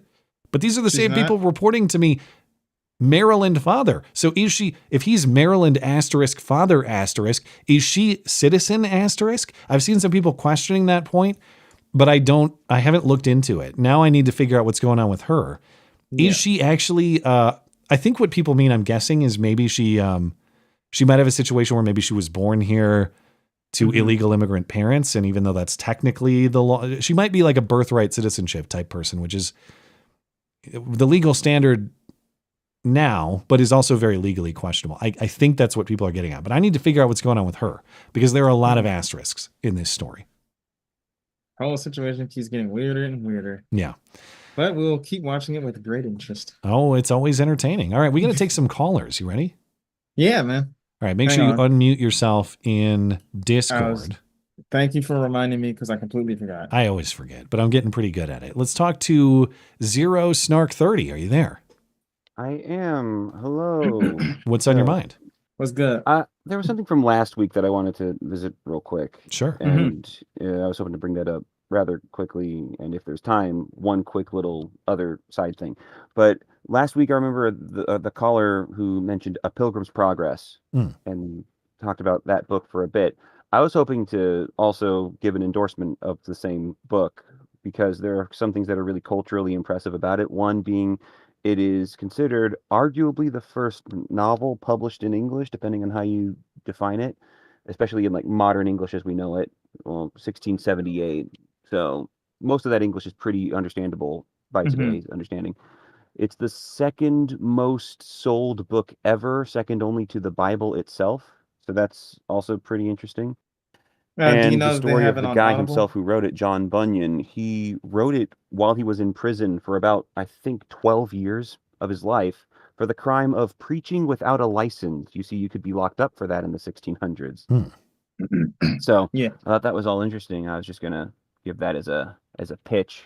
And if you wanted to hear at least what the story itself was and how it was presented, then I could go into that. Or it's up to you, man. You got about a minute of time left, so take it however you like. Can you hear me okay on Discord? Progress then. So well, actually, hold on. Can you hear Joshy? Maybe he can't. I can't hear Joshy currently if he's speaking. Sorry. Okay, you might have to check your Discord settings, Joshy. We'll get that resolved. Oh my goodness. Yeah, go ahead. Okay. Well. Anyway, why don't you carry on, Zero, and I'll get his duct tape fixed up when you're done. All right. So it's allegorical. So as you read along, you find that the characters' names are very blatant. The main character, as he's on this journey, he comes from the city of destruction that's doomed to be blown apart by judgment and hellfire, and he's journeying to the celestial city. You can tell what it's talking about. And he meets people, a guy who's literally named Help, a guy who's named Obstinate, a guy who's named Pliable. It's all, you can tell what these characters are meant to do, but then you can get deeper into it and say, what's the author telling me about how an obstinate person reacts to the standards that Christianity sets on people, or a person who's pliable and will come along with you because you say, hey, I've got a value system. Oh, that's great, I'll join you. But then he's a fair weather friend who'll be pliable and abandon you when things get tough. That kind of thing. Okay, so this is like this is like philosophy combined with narrative or something? Test. Yes, Josh, we can hear you. Test, we heard you. Okay, so yeah, there you go. I think you fixed it, but all Okay. right. Definite point taken. Maybe at some point maybe we'll do a book club or something. We did movie reviews. Maybe we do book club. I don't know if I have time to do all this reading. But anyway, any final word from you on the book? Oh, it's just that I encountered it first when I was, say, in middle school age. I went to a Christian summer camp that used Pilgrim's Progress as the theme, and it really spoke to me. So I give it a full endorsement. Real quickly, the question I did ask is, did they have an audible version of it? Because I like to listen to books as I'm doing something. Oh, I'm sure that there are definitely many different audible, dramatic readings, all that kind of stuff, audiobook versions, for sure. Nice. All right. Sorry about that. I didn't realize I was muted on Discord. That was embarrassing. So. All right. Thank you, sir. Sure thing. See you around. Mm-hmm. Okay. Next up is GR. GR, are you there? Hey. GR. All right. Sorry about that. I didn't. Got to mute your stream, but you're good to go. Am I? Yep. I'm sorry. Yeah, you're all set. Yeah. What do you got? No, I didn't know you were going to pull me in. Oh, well, do you want me to wait a minute or do you want to? No, I'm good. I just wanted to give you a choice in topics. Okay. Yeah. Well, I'll tell you what. Why don't you take your pick so we can make it a little I more was going to efficient? give you a choice between two: Canadian election, or do we talk about some trash TV? Asian though. Well, we already talked Canadian election. So what do you got for trash TV? I'm always interested. Do you know Rotten Mango, Stephanie Sue on YouTube? No. No, Neither she's do this Korean chick out of Houston, I think. Okay. And she does these. She has different channels. She does this one where she does crime stories, true crime, Rotten Mango. Okay. I think I mentioned it before. And she does this other one this under her name where she does like these like Chinese and Korean culture things. And she came upon this dating show in China. All Her right. sister-in-law put her up to that was like what do they call it? What island? Oh my god, what's it called? The Korean one. You're asking about Asian geography? I'm screwed. No, not geography. It's trash TV. It's reality TV. Oh, okay. I thought you were talking about, I thought you said island. Yeah, something island, Hell Island or something. Oh, it's not like an actual, you're not talking about a real island. You're talking about like a Temptation Island type production. Yes, yeah, like that. Okay. Okay, so there's this Chinese show in China. Mm-hmm. And the fucking, they set up these beautiful women, right? Yeah. And they make them put something, like say in a jar or something, or on display for the men to randomly pick them. Like a lock of their hair or something. Okay. And then they bring in it's called like Beauty and the Best or something like that. But best is like sarcastic. Okay. Okay. So they bring in these questionable guys from nerdy to like creepy. Okay. All right. So the guys aren't necessarily, they're not good looking. Oh, is it over already? That's 2 minutes, but you can finish up your thought and then tell me where I can watch it. The guys aren't necessarily good looking, but they're if they are, they're creepy. Okay, so there are trade-offs. Okay, so yeah. And then who selects whom? The guys select the women, or the women select the guys? The women, but it's based on a random kind of like hint that they leave behind. Right. So you might have you have one clue basically, but other than that, yeah, like the chick with huge tits left her bra behind. Oh, but they get to pick the clue. Yeah, they get to pick. And they Interesting. Get to pick, oh, number 2. Okay, I pick woman number 2. Are they And allowed go to into the like room. fake? Like, what if she put a giant bra, but she was rather undersized? Are they allowed to fake, or does it have to be Not clear on truthful? the rules. It Okay. just has to be something that belongs to them, whatever they want to leave as a clue. Oh, okay. That sounds interesting. Where can I watch it? It's in China, so you have to do some. Yeah. You might have to do something like like a VPN. Is it in English, or do I have to how do I watch it? I guarantee you it's in their foreign language. Yeah, it's in Chinese, but it's probably subbed. Is it a good one? Sometimes they're watchable, but you mean subtitled or dubbed? Subtitled. Oh, I'm out. No, I'm out. I don't read movies. I don't read TV shows. I'm out. I mean, I get you, but sometimes reading the subtitles that don't match up with the translation is hilarious to me. Maybe. But I totally get it. It's like remember that famous Chinese dub of Revenge of the Sith, Star Wars, when Anakin becomes Darth Vader, and in the English Star Wars, he just lets out that epic no. But the Chinese dub was "do not want." So, Are you serious? Yeah, do not want. That's what Darth Vader. Let me see if I can grab that. Anyway, GR, you have a final thought before we let you out of here? I gotta find that myself. Yeah, no, I think you should expand into that. I think you should show your wife and see what she thinks. You know, is your wife into subtitles? Maybe more tolerant than I am, but I don't know. I gathered from the chat and from some of the clues you dropped. Yeah, she is Asian, right? Depends on who you ask. My wife is all the ethnicities, you know, but she's every single one. I totally agree with GR. Sometimes watching foreign films or even TV shows is fucking hilarious. I just want to know some more about Josh, though. What he thinks about this. Like, what do you like? You talking about like foreign films and TV shows? Well, yeah, like trash TV. What's your opinion? Stuff like that. Watching dubs, anime, all that.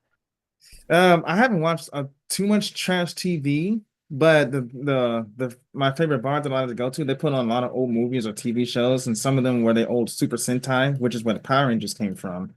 Yeah. I wish I could remember the name, but there's this other Japanese show where this guy transformed to this giant Megazord kind of looking thing. Oh my gosh, I can't remember it, but he always fights the monsters, and it's the set pieces are always amazing. I like that old timey stuff. But as far as trash TV, my brother and my mom and my sister, they always watch, like, what do they call it? The Real Housewives of Atlanta or somewhere, right? Or Hollywood, you know, just a bunch of bullshit and nonsense. Where like the old like Shaolin movies, like what the Wu-Tang Clan likes. Yeah. Have you ever seen the Crippled Avengers? No, that sounds funny as hell. Yeah, it's an old Chinese martial arts movie. You should totally. I think you can find it on what do you call it? Tubi. Look it up on Tubi and see if you can find it, and look up Crippled Avengers. Shit's fucking amazing. All right, that's enough. That's enough. All right. I'm not liking this new system. I'm sorry. Oh, is this your house? All right. I'll be a better guest next time. Thank you, Gio. No, I'm just messing with you. I know you don't like being told how to run your show. I appreciate it. This is the do not want dub that you can see on your screen. Anyway, last call is going to go to Turles. Turles, are you there? Oh, good evening, gents. What's on your mind? Hey there. I appreciated Zero Snark backing me up on Pilgrim's Progress. That's right. That was your call, wasn't it? Nice. It was indeed. I am your bookman. Yeah. So I do have another one for tonight, but first of all, we got to get something straight here, okay, Joshy boy? You got to stop trashing us Protestants. This is just not okay. Well, get used to it. Nah, I promise to be nice. Yeah. As a matter of fact, John Bunyan, who we were just talking about, or who Zero was just talking about, he is or was a Protestant author. And I'm just kidding. Pilgrim's Progress is an amazing theological treatise, and I'm just saying we got some good ones. No, I'm totally gonna check out the book, and I'm Protestant currently myself. It's just the fact that I'm kind of tired of it, if you know what I mean. But it's not. I'll grant there's some mainline denominations that have some garbage going on. Yeah. But that let's be fair. All right. The other branches of Christianity do have their own issues. And I know that, yeah, especially the Catholics. But That's okay. We should all be on the same team, basically. We are. Yeah. So as for the book tonight, what's that? All right, his what's team's going on, bro? better than your team. Anyway. All right. Well, okay. So don't laugh. But this is a serious recommendation. I thought I would try to defend the book Uncle Tom's Cabin. Okay. Have you guys read that? I don't think I've ever actually read it. If I have, it was back in high school, and I don't remember much of it, but I do know what you're talking about. You're going to have to be quick. So you got like a 30-second pitch for the book? Absolutely. All right. The book has really two main plot lines. One is about Uncle Tom, the title character, and the other is about a family of people who were in slavery who ran away to freedom in Canada or somewhere. And so there's an interesting dual setup there. But the main thing I want to mention is Tom himself. Mm-hmm. You know, the modern society has really sort of lampooned him as kind of a joke. Kind of a slur. Misrepresented. What's that? No, it's also kind of a slur. Like people like me exactly. get called Uncle Tom. Exactly, and this is what I really want to address: is Tom is not a coward. He's not some kind of simpering weakling or something like that. He was in fact a really courageous, heroic character, and actually one of my favorite Christian characters in literature. I didn't know he was Christian. He was. In fact, that was one of the central aspects of his character, and why I think people pick on him these days is because he was such a Christ-like character, and he was a steadfast, devout Christian character who was self-sacrificial. You know, he was ordered to beat another slave, for example. And he preferred to be beaten to death himself rather than to do things that went against the moral the moral commands that he found in Scripture. Yeah. And so it's a very good book, I thought, and it very worth reading. Even if it's something that some people have to or used to have to read in school. Even just for your own enrichment, I would recommend it. All right. Well, thank you for the call. Thank you for the recommendation. And thank you for your continued book insight. Yeah, that's going on the list.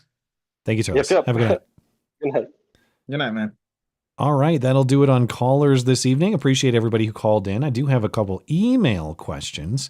As a reminder, since I consistently forget to issue the reminder, if you would like to send an email or just a thought, if you'd like to send a thought or a question by email, I should say, anything for consideration on the show in text form, please use the contact page of my website, mattchristiansenmedia.com/contact. It's that time of night. My brain is fried. Contact page of my website. Look for the MC Live questions box and use that submission form there. That helps us keep all the show questions in one spot. So first up tonight is Mike in Idaho. Not sure if you noticed, but the bottom left of Dugan's courtroom picture is a Ukrainian trident, further signifying her commitment to the message. Now, I forgot to pull these up. So this is this the email question? Yeah. Do you remember do you know this Judge Dugan in Wisconsin? No. What's going on there? So this judge, let me get her here. This judge she was arrested for helping an illegal immigrant escape ICE from her courtroom. Okay, so yeah, I am familiar with her. So this Ukrainian, now what I didn't notice is what Mike in Idaho is pointing out here. So obviously I looked at the mask and all the silliness of that. You see that trident shape in the front of her nameplate there? That is the, as he says, that is the coat of arms, the golden trident of Ukraine. Bingo.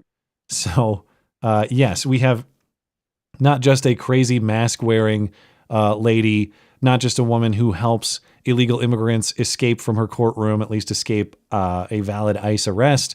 We have a woman who's displaying foreign symbols much more prominently in her courtroom than the American flag. Now, thankfully, there is an American flag behind her. It's not absent. Yeah. But this is a question of like, why is this allowed? I know this is up to Wisconsin. All right. Yeah. But foreign symbolism front and center on a judge's desk. Why are we doing this? Because they hate our country. That's all. I guess.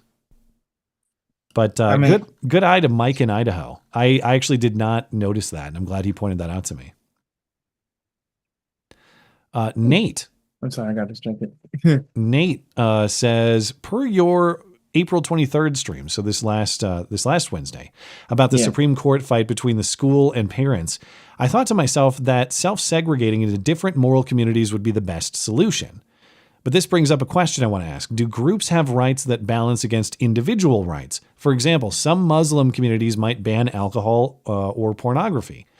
But should that overrule an individual that lives in that community? It seems to me that the answer must be yes, with a caveat that people can move out of the community. So this is a great question, and I think this is really where our country has gone awry in like the latter half of its history.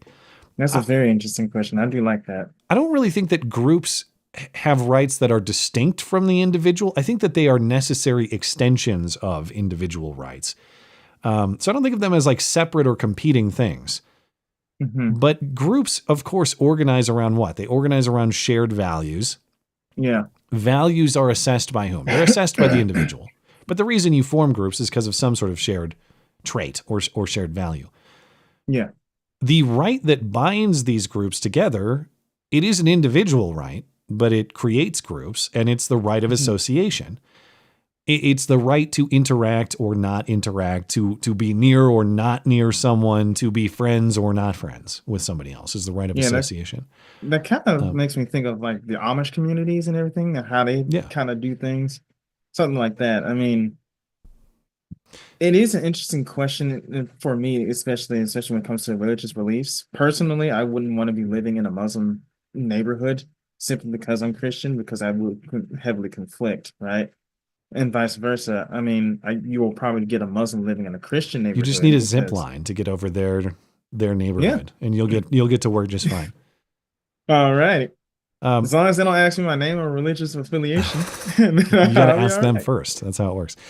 Okay, so the right of association is an interesting right legally, constitutionally, because it's not explicitly mentioned in the Constitution, but it has been interpreted into it. And normally I'm skeptical of such things, like you interpreted the right to abortion as a substantive due process right found within the penumbras of the 14th, whatever. The way that we find rights in the Constitution, I'm skeptical of. But the right of association, I think, is something else where it is a necessary logical consequence. That is to say, if I have a First Amendment right to speak freely, how do I exercise that without deciding who to speak to or not speak to? How do I exercise my First Amendment right to exercise my religion freely if I don't have the right to decide which church to go to or whatever other religious organization I might choose? How do I petition my government if I don't have the right to organize a group to do that? So the right of association, I think, is something that just logically follows from our articulated First Amendment rights and other pieces of the Constitution. But yeah, to Nate's point, the ability to dissociate, the ability to leave, the ability to separate is the crucial right that we are losing or maybe have lost in this country. What I'm talking about in the context of that Supreme Court case where like they're telling you that your kids are going to be forced to listen to gay story time, the right not to go to that school or not to have to fund that school through taxation, that's like the individual right of dissociation. Or in the context of Alberta in Canada, the group right, in the way he's framing it, to dissociate if you decide that you don't want to be a part of this larger organization that is a country anymore. And I think go ahead. No, I wish I had called in last Wednesday. I had a whole lot to say on that whole school district and everything. Yeah. It is crazy. One comment that I've seen, something similar to that, is the fact that, okay, if it's just a story, right, then have somebody who's not even religious just read a Bible story and just read it and see how they react. Yeah, right? of course. I guarantee it's not part of the that curriculum. shouldn't be. It's not part of the curriculum. It shouldn't be allowed. As well, this gay story has no reason of being with toddler. They're not.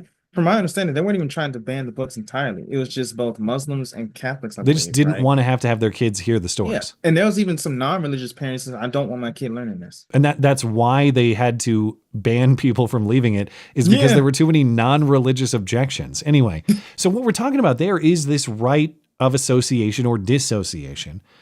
And I do think that right, the right to leave if you don't like the way things are handled, that is the right way to handle our politics, instead of rights being enforced by the federal government, which is the direction we've moved over the course of time.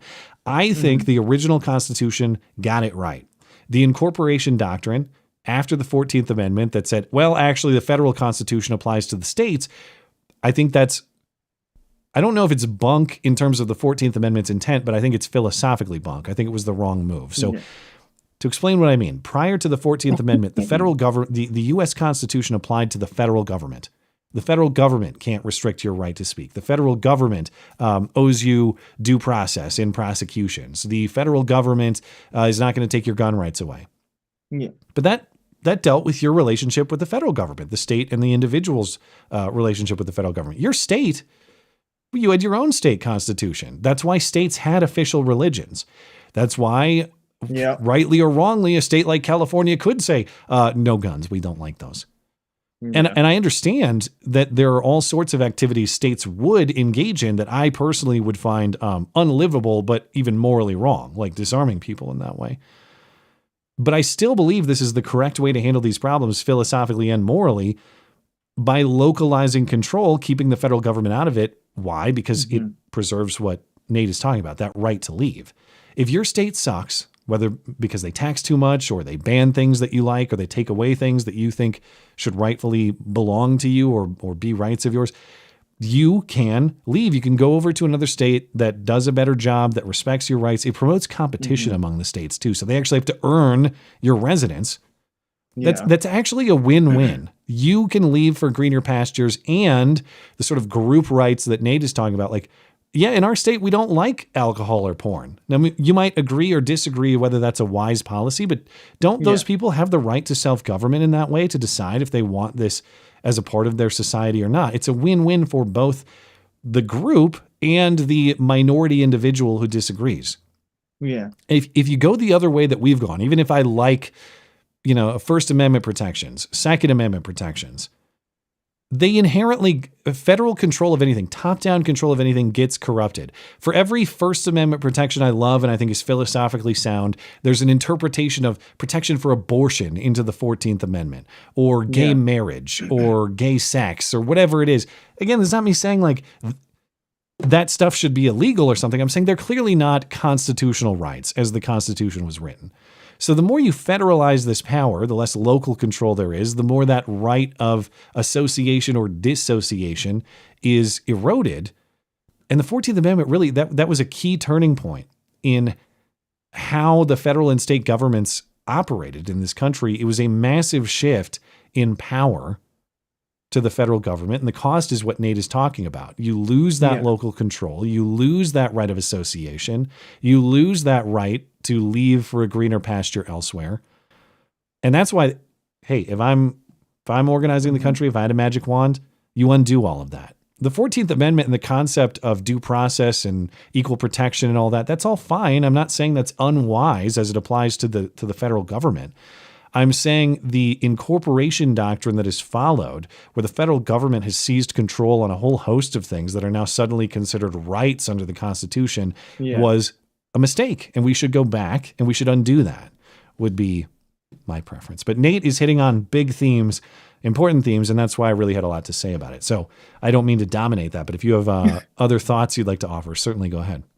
Well, there was one question that it hasn't fully formulated or anything. It kind of centers around central control of a nation and everything, and how states should have, this state has the right to do this if it wants to, and this state has the right to do that if it wants to.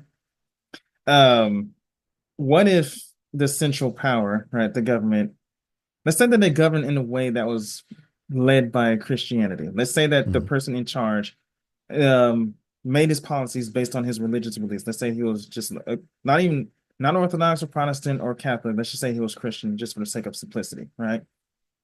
and his policies came from his beliefs to Christians. And it's like, all right, look, I want to ban pornography in all states, right? And let's say that he was a bit of an authoritarian on this. It's like, you don't have a say-so in it. It's look at the destruction it's causing our nation.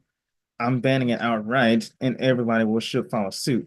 So I guess my question is, if the central government was kind of doing things in a way that made the nation better, would you still be for state rights or something like that? Yes, right? because for every piece that is beneficial, like let's say take the federal government got its own magical wand that could make everything good happen and everything bad go away. The problem is the wand doesn't exist. So even though the central power could in theory be exercised well, for every beneficial exercise, there's going to be corruption, mistakes, problems, and the more that power is centralized, the more those problems become inescapable. And I think if you want good policy like that, whatever your preferred policy might be, that's another reason you have to promote competition in the states. You're going to find what actually produces prosperity, because the poorly run states are going to fail. They're going to suck, and people are going to move to the states that do it well. And that's how prosperity will happen in that free competition, as opposed to like benevolent leader guy taking his long-range anti-horse weapon and whipping it into people. Like it's possible. It's the things you're talking about are possible. It's just I think it's not reliable, and I think the downsides are very very dangerous. So you're still not for monarchy just yet, right? You're still not for absolute authoritarianism. As we've talked about, I care more about how our leaders respect moral truth in terms of our rights than I do about how we select them. Like if you democratically select a bunch of degenerates, that is not as good as having a morally square king. But even the concept of we've talked about this before, you and I, like monarchy, I think has this perception of being this top-down, iron-fisted guy who rules over like a mass amount of territory and people and tells every individual person what they're going to do. But there are ways of sort of decentralized. In fact, a lot of the way it existed historically was decentralized. You had people with local control over an area, and the king was kind of the guy, but in ways he was almost ceremonial. Like he's not there bossing you around at your farm every single day or something like that. Yeah, there's a saying, I don't know who coined it, maybe I just made it up, but it says a king does not rule by himself, right? Yeah. He has his administration. There have been ways where even the peasants kind of got together and be like, hey, the king sucks. Let us organize and either do a revolt or something like that, or let's see what we can do. There have been many different avenues where people have challenged the king's authority. So yeah, most people do have this perception that the king is just he is the leader of your nation and everything, and he's expected to rule, right? But he has to have an administration. He has to appoint people to help him do that. He can't just do it all by himself. And he needs a solid moral core. Yeah, obviously, he needs a good leader. Will have people who kind of act as his conscience. You don't want to surround him with a bunch of sycophants, right? Yeah, our problem in our country is we have a rotting moral core, and if you have a morally rotten king, or you have morally rotten people voting for other morally rotten people, you got problems. Yeah. So we need some sort of moral revival, a revival of faith, revival of tradition, whatever that might be. We're way off course, and you can't just slap a government system on it to fix that. It's not going to. But well, as long as you put me in charge, right? Yeah, put a crown on my head, and I will rule justly. Well, if Trump becomes pope, maybe you can become emperor king of this country. If Trump becomes pope and I become emperor of the United States, I'm pretty sure philosophically we'll be enemies. If you want to prompt inspiring conversations like this one, great story, compelling and rich, you can send an email question or thought to the show using the MC Live questions box on the contact page of my website, mattchristiansenmedia.com/contact. Thank you to Nate and Mike this evening. All right, we got to catch up on Super Chats. We'll call it a night. All right. Hop on over to YouTube and Tippy and see what we got. Let's see. Long Dong John. Joshy boy, did you get that Kaniga jersey yet? No, yeah, I haven't gotten it yet. Because life, bills, and other stuff just kind of throws its way at me. I'm hoping Yeah, I'll. You know what? I know that you have like a life announcement coming soon. Yeah. Let's talk offline. I'll get you the Kniga jersey. So, sorry, I have to think. I said it too quickly. I need to be more careful. Kniga. I'll get you the jersey as a gift for your upcoming accomplishment. All righty. Send me a message later and we'll organize this. No, guys, I do not have a boyfriend. Okay. I know we all like to say that I'm theoretically gay, but no, that's not the announcement. IHQ or maybe LHQ. I can't tell. Movie recommendation for the viewers. Iron Sky of 2012. It was the first one in the series. From that one Finnish viewer. Oh, from that one Finnish viewer that keeps on sending random emails to you. Also to give back for years of ad blocking. Well, thank you for that. You know, I mentioned on Sunday, and I think maybe Batman and I will do this. Rust, the movie, the Alec Baldwin movie where he shot that lady. Yeah. It's coming out Friday on demand. This Friday? Excuse me. Yeah, you can watch it on like Amazon Prime and stuff. Oh, I ain't doing that shit. I ain't paying. I got too much to pay for already. Well, I'm going to watch it, and I think Batman will watch it, and I'll do a review on it because I got to see this movie. Bro, that's going to make so much money. It probably will make more money this way than it would have originally, which is unfortunate. It's solely because of the controversy that was surrounding it. I guarantee you, if none of that happened, no one really cared.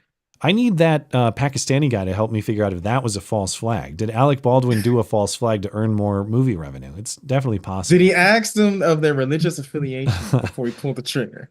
Well, I assume he demands not just atheist, but Satanist or something like that. Mm-hmm. Daniel Yeager, who would have been a Jagger? What? God, I'll never get that out of my mind. Daniel Jagger. Who would have been a good Canadian Trump surrogate Pierre could have gone to during the election? Wayne Gretzky? That's like the only Canadian I know is Wayne Gretzky. So that's the end of the list. Yeah. I don't even know him. Yeah, I don't know. It's very hard for me as an outsider to advise Pierre, like, you should have done this. But clearly the strategy he took did not work. Even if you blame Trump, like, okay, well, within the context of Trump being at fault, clearly Pierre could have done something differently to try to earn that win. What is that thing? I guess if I was advising him, and I'm not Canadian, so my advice is not really worth much, I would have tried to thread that needle, which maybe he did, between standing up for Canada, but acknowledging the good things that Trump is doing or trying to do. You know, like, I guess I would have said, like, yes, if or when Trump goes against us in a damaging way, we need to stand up to him. But let's be real that border security between Canada and the United States benefits both parties. A good economic deal between our countries benefits both parties. Having a solid military alliance, having solid trust between our countries makes our continent strong. Yeah. Of course, I'm going to stand up to Trump where he's wrong or where he maybe is trying to give us a bad deal, points A, B, and C. But I think that a strong Canadian alliance with Donald Trump and a strong America is how we move forward as a country. Some kind of message like that. I know that maybe you should be the Prime Minister of Canada. No. God, no. But if he just did that, I promise you it would have went over so much better. I don't think the harsher anti-Trump message that he chose, like, I'm not a MAGA guy, I don't like Trump, I don't think that worked. I think he should have taken something that was you don't have to be Trump cheerleader, but just like acknowledge. Just be neutral. Yeah, I don't know. Or maybe just avoid him entirely, like you were saying. I don't know. Yeah. Boebert. The two members who voted no on the Take It Down Act need to resign now. I need to refresh my memory on what this is. The Take It Down Act is legislation introduced by Ted Cruz that makes it unlawful to knowingly publish non-consensual intimate imagery. Okay, so revenge porn type stuff or digital forgeries created by AI. So if you create deep fake porn. Okay. Okay. I mean, yeah, if this is targeting a particular person, I don't think that's I'm trying to think like why someone would vote no, even if you're taking like the most hardcore free speech angle you could take on this. Like if you're targeting a particular person with fake material, that's along the lines of defamation or wrongly smearing a particular person in that way. We have exceptions in that regard. So I guess I don't know. I don't know who voted against this or why, but maybe they're really into revenge porn or AI porn or something like that. Well, they have political oppositions that they want to destroy. Yeah, I don't know. Whoever they are. You sound like a groomer terrorist that need to be deported. Hopefully it happens. Daniel Jagger. Oakland and Wayne County are the Marianas Trench of Michigan politics. Just a deep, dark blue crevasse of stupidity. I've only been to the Detroit airport. No, maybe I stayed at a hotel there once. I can't remember. But I've not spent a lot of time in Michigan or Detroit. I couldn't tell you. But I do know they are. I know these blue cities put out a lot of crazy, but man, that like Detroit and Michigan blue crazy seems like a special brand, I think. Yeah. I have a coworker of mine. He said he's an old guy. So he said he used to go to Detroit a lot, especially when he was a young man working. He said even back then, they were crazy. Injured Guardian, this is what I was talking about. What about call center Bieber for the Indian rep? Bingo. I like that. Yeah. Sounds Pakistan. Great. Pakistan's chatting tonight. Allah damn it. When I said nuke the curries, I meant put the Indian takeout in the microwave. That's a good one. I like that one. Nuke the curries. So curry is an Indian cuisine. Well, curry is like the spice, isn't it? Or it's yeah. Do the Pakistanis not do curry? What do Pakistanis do? I don't even know. They do Pakistani things, like the infidels. Great White says, I do the Anakin Vader do not want every time I see a Matt Christiansen show in my YouTube feed. Jeez. Well, wow. I'm sorry to disappoint. Proto, thanks for supporting the show, Great White. Proto, Joshua Boy, not Joshua Boy, Joshua Boy. What? God bless you for pursuing Eastern Orthodoxy. Keep seeking the truth and you will not be disappointed. Born and raised Protestant, I have never looked back since converting 30 years ago. There you go. Oh, yeah, I'm well on that path. My plan is to talk to a priest probably Friday. Wow. Okay, so you're very serious about it. This is... Now, I know I joke and I kid and everything, but Christianity is perhaps one of the most important aspects of my life. And so converting over to the Eastern Orthodoxy is very important. Well, especially before my life announcement. Yeah.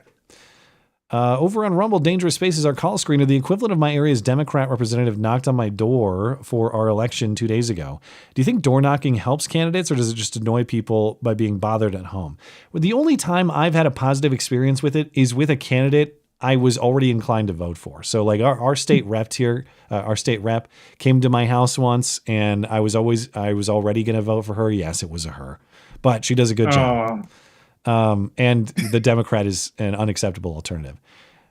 But I appreciated speaking with her, and that was nice. I've never had someone change my mind with a door knocking, though. I always get text messages when it's time for, like, I usually ignore them. I did see one of my mayors show up at a neighborhood meeting that I was at. And, it was election time. He was going to make all these grandiose promises. It seems like he's keeping them. I have no idea if my current mayor is Democrat or Republican. The last one was Democrat because he also supported lockdowns. But I love getting the text message, so I can just type out, I hate you all. Die, die, die. I got a text message from a lady yesterday trying to sell me health insurance, and I was very polite. I said, please pass away. Okay. I told an insurance salesman to get AIDS one time, and he responded, I understand. I thought, at least he understands his role in life. That's great. Yeah. Whenever you get text messages, whether political, sales messages, just troll a little bit. Sometimes they'll engage with you and it's fun. Yeah. Dangerous Spaces, a few here. And then I got one more from Kay. I don't want to forget about it because I'm moving up beyond it. Dangerous Spaces. How about a Congressman, Apu? Oh man. Apu Industry. That's disgusting. That's all right. What is with his hair and head shape? Maybe it's just me, but the hair looks like he's wearing a bike helmet that he completely covered up with a wig. I mean, I don't know. I don't know what the situation is. That's why I thought the whole thing was a skit. Yeah, it looked like a costume or something. Yeah, it looked like a costume. Because I was sitting there, I was watching it, and I just kept waiting for the punchline to come in. And it just never came. It says, we should impeach Donald J. Trump. I can't roll my R's like he does. Yeah, can you do a good R roll?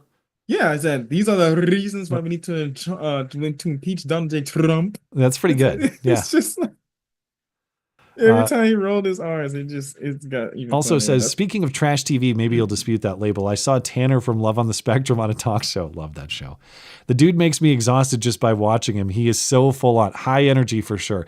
I would attempt an impression, but people who don't watch the show wouldn't get it, and I would look like a complete jackass, and I would be interpreted as mocking a man with some form of autism. So I'm not going to do that.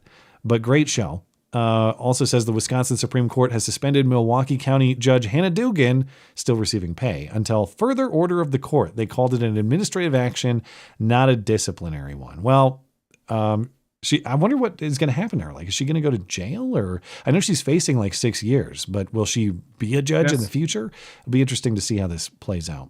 I hope she goes to jail. I hope all of them go to jail, right? Because I'm getting sick of this shit. Most of the stuff that you hear about that these guys get away with, most of them either get fired or they resign, they get a slap on the wrist, and nothing bad ever happens to them. I want them to go to jail, right? I want them to lose everything. If you're helping illegals escape federal authorities and you're a judge, there are lessons that need to be learned. Yeah. Yes. The Big Bird costume comes to mind. Kay Isserhoff, Canadian. I know we're a retarded populace, but I was at least a bit hopeful we'd vote for change. Partly hope it was election interference that led us here, and I'm not surrounded by total idiots. Yeah, I don't know. I mean, I can't tell you like what sort of integrity Canadian elections have or not. I'm just taking it at face value. I think Canadians voted for the kooky because I think a lot of Canadian voters are kooky. Most of you are very cool, but like us, you've got Toronto, you've got Ottawa, you've got these city centers where most of your population is, and they're full of crazy people, and a lot of them are from other countries. A lot of them roll their R's, just like call center Bieber. Yeah. Mm-hmm. I do believe that after you explain the demographics and everything, I do believe that most of the people who voted for the crazy are indeed the boomers. I think it's a lot of that. Yeah. The youngins sound like they actually, for once, it's like an inversion, right? Over here in the States, the youngins are a bunch of retards, right? And it's the boomers that are the smart ones. But I think there's a lot of that in the US too, though. I think there's a lot of like boomer Trump hate. Yeah. Point taken because of the, what do you call it? That totally organic protest that happened nationwide. Yeah, I do. Yeah, and it was full of olds. That hands-off protest a few weeks ago. Even in my Nuga city, right? We had a bunch of olds there. A lot of them weren't from there. You can tell a lot of them weren't from there because I've never seen them before. GR has several here. I'll just read them in sequence. Hey again, my Chattanoogas. Glad this call went much better. Hope we can pick up the convo later. Curious about some of your interests. Specifically, Josh was mostly... as we mostly hear from you on the show. Well, we hear about your interests though, but if you want to, you want to name your top 3 interests. My top 3 interests. I like medieval history. As you know, I'm a frequent player of Minecraft, so I love that. I also kind of like to watch video game essays and whatnot. I just got done a few days ago. There's a YouTuber named Gaming Harry, and I watched his 8-hour-long video on the core saga of Metal Gear Solid. Shit's crazy, man. Wow. You know, video games get a lot of hate, but there's a lot of great storytelling in video games. There's even philosophical value in video games. Especially if you step into the indie games, right? And the third topic, let's see. I do like a good back and forth when it comes to philosophy, right? But, actually, no, I'm going to change that. I like food a lot. All right. Food is one of my favorite things. Just not curry. But I don't know. I like Thai not curry, food. Not Mexican. I like Thai food, but that's like as close to India as I get. Which is not very close. But Mexican food totally sucks. I mean, people are trying to convince me that Mexican food is great. Look, man, there's a Guatemalan store near me, and I've tried theirs, and I understand it's Guatemalan, so it's not technically Mexican, but it still sucks. Shut up, faggot. Moving on.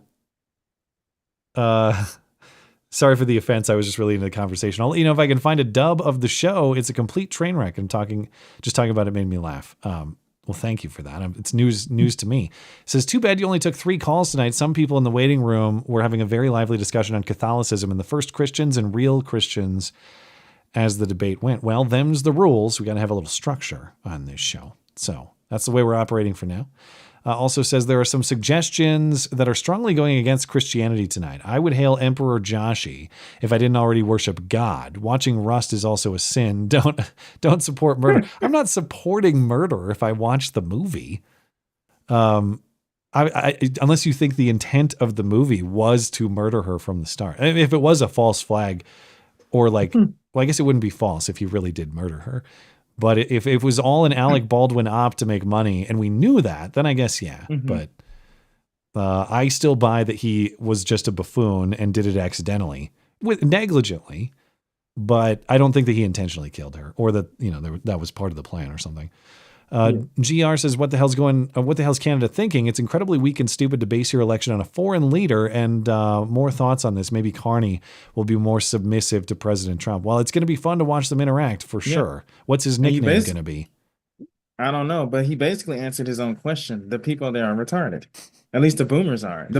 But here's the thing. If you were on your way out the door and he was about to shed your mortal coil, as we call it, would you really give a fuck what's going to happen to the next generation?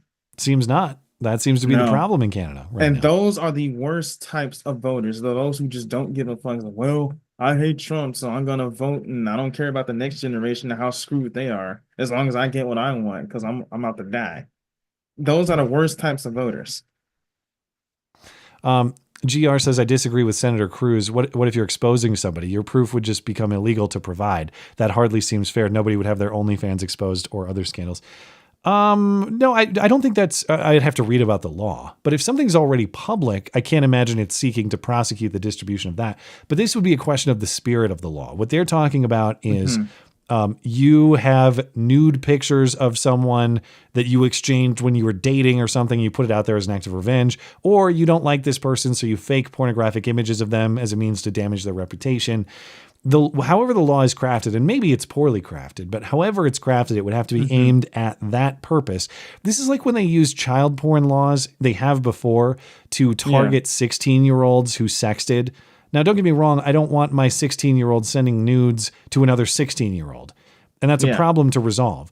But is your child a child pornographer if they do that? That's not really what the spirit of the law is getting at. So we just... You got to be smart in writing it and prosecuting it. I do take your point that there are dangers potentially.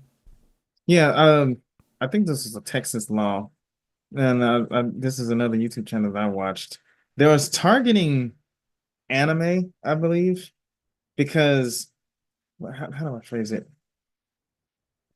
There's kind of like there's this angle that they're trying to gun for, like if you possess images of.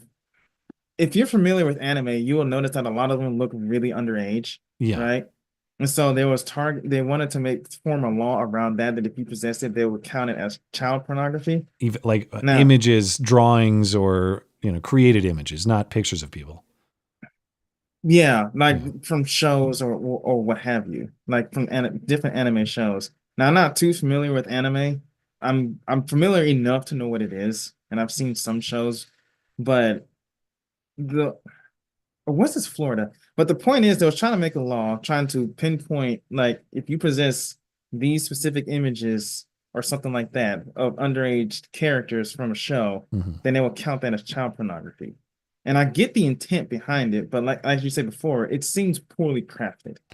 You got to write the law specifically, and you have to have prosecutors who are good faith and not just trying to get people, which is unfortunately rare these days too. GR lastly says, the Reddit bots are enraged that President Trump arrested 2 woke activist judges, and I'm angry that it's only been 2, considering their abuse of power. We cannot be worried about the optics, or we still lose. The fact that Democrats keep fighting these insane immigration fights, even though it's like, you dummies, Trump is polling poorly on many things, and I think some of that, I think he deserves some criticism on the economy, right? The way he's handled it has been damaging. Now, maybe there's a brighter day ahead and maybe it'll recover and he'll deserve praise. My point is he's weak right now on a lot of things as a matter of public opinion. And if you're the Democrats, stop being dummies and being like, this guy's crashing our car he's crashing our country economically. hit on that. Yeah. That's a popular issue you can seize on. Instead, they're like, oh, we got to get that illegal immigrant back from El Salvador. Oh, that judge who helped illegal immigrants, poor him. Dummies, that's like the one issue that Trump is really strong on. Yeah. You morons. You have David Hogg be your vice chair of your party, and you pick Trump's strongest issue and you try to fight from like a 20% support perspective. They are picking up the wrong sword, the wrong torch, whatever metaphor you want. They can't help themselves. Yeah, they just really can't. Your guy Bill Clinton said it's the economy, stupid. If you have an incumbent president presiding over weak economic performance, that's how you get them. Yeah. But they won't. Now, the one thing I do quite understand for tariffs, right? Which is, again, why I don't think a 4-year presidency will be enough time. Tariffs take, if you want to see any kind of fruit being, I can't remember the bore or something like that. If you want to see the fruits of your labor when it comes to tariffs, the speculation that I've seen is at least a decade. Probably. So this will take approximately 10 years. Yeah. The problem that I'm seeing, and the problem that people are discussing, is that they want a solution right here, right now. They don't really like the idea of short-term pain for long-term benefits. Right? Yeah, They want the problem fixed right now. Yeah. Short-term pain for long-term benefits, but that's not how that works, and that's not how it's going to work. Yeah. Right. So yes, it's going to suck right now, but the end result, depending, let's say that Vance gets in there and continues it. If enough time for this is given, we can still kind of economically outlast most of the people that we have tariffs against, especially the smaller nations. Probably. Yeah, it kind of sucks to survive a war of attrition in that way, but it may be necessary. I get it. But at the same time, I mean, like, we're supposed to be the American people. Hardship is not really supposed to stop us, right? We've had far worse. It's not like I get it. I don't like paying for more stuff either, and it's hard, but it's not like we're in a Great Depression or anything. I think people want solutions right here, right now, and they don't like the idea of suffering for 10 years is very short in terms of time. As much as I don't like the state of the economy today, I also don't like the status quo of our dependence on foreign countries, especially for certain critical goods. Yeah, I would love it if we had more of I would love it if we have more American-made stuff here. Yeah, it's. I think it's not just a matter of economic health. It's a matter of security for a lot of things. Like you're talking about Canada being militarily dependent on the United States for a lot of things. You don't really want to be in that situation. So I get it. I'm trying not to be like alarmist and sky is falling about tariff stuff. It's just short term. It definitely sucks. That's my only dispute is I think there's a certain, maybe they're even fringe, but it's kind of like Trump cheerleader people who are all but making communist talking points about how like you really don't need this, or you should suffer, like the suffering is good, that kind of stuff. And it's not common, but I've seen some of that. I've seen some of that. Like, I get so. Don't tell me what I need. My family and I will determine what we need. Thank you. Anyway, over on Odyssey, Blanket says, Matt, do you think what Pierre said about Orange Man is what made conservatives lose in Canada? I don't know. I'm not Canadian. I don't get it. But as we've talked about tonight, I'm thinking the conservatives did not offer a compelling message for whatever reason. So if I had to point a finger of blame, that's where I'd go. Actually, maybe if I had to pick between, there are two people I would blame. Trump's not really one of them, even though I don't think some of the things he said probably did piss off Canadians. The reason I don't blame him is because I don't think it's his fault as a foreign leader. Like, he's not accountable for how other people vote in other countries. So my two fingers of blame go to two Canadians. One would be Pierre Impossible Name, and the other would be the collective Canadian boomer. Yeah. And I guess I'm voting for CNN lady. Like, who am I blaming? Canadian boomer CNN lady. Because I think that for whatever mistakes he made, Pierre was obviously much more philosophically sound. Pierre would be much better for Canada than the alternative that they got. And the other thing, I think that like Canadian boomer, I hate Trump lady is so entrenched and can't be persuaded. I don't know that someone like Pierre could ever change her mind, no matter what he said. She's going to vote for the Liberals because that's who she is and because hating Trump is her entire existence. So that's where my finger of blame goes. Canadian boomer lady. Yeah, her people like that, their minds are already made up. There's nothing you can deal with. They're gonna vote for what they want to vote for, and like I said before, it's the boomer problem because they're on their way out the door. Lastly, Matt, what do you think would happen if the U.S. absorbed Alberta? Prosperity for everybody. It'd be awesome. It'd be Yes. cool. Yeah, I'm into it. Like I said before, prosperity for Alberta and an open door to annexation. I want to go up to Calgary and Lake Louise and Banff and all these places, and I want to have to not deal with Canadian border authorities. That'd be cool. I'd be into that. It'll be so beneficial. Yeah. And there'll be a red state. They're gonna have to change that color. All right. That blue you really gotta be threw me red off. now. I was like, look, if you want to be a part of the United States, you conservatives gotta flip your colors from blue to red. All right. We have a different system. Many rules they'll have to change. Yes. I think we're all set on our super chats. So we'll call it a night. Anything else you want to say before we're out of here? For all the Protestants and Catholics that I have offended and insulted, you suck. I'm just kidding. I'm just kidding. You suck. Fuck you. You heard it. All right. Well, we will call it there. Appreciate everybody tuning in tonight. Thank you to our live chatters and super chatters for making the live show a success. If you're listening on demand later, thank you kindly as well for supporting the show. Thanks to Joshy Boy for sitting in tonight.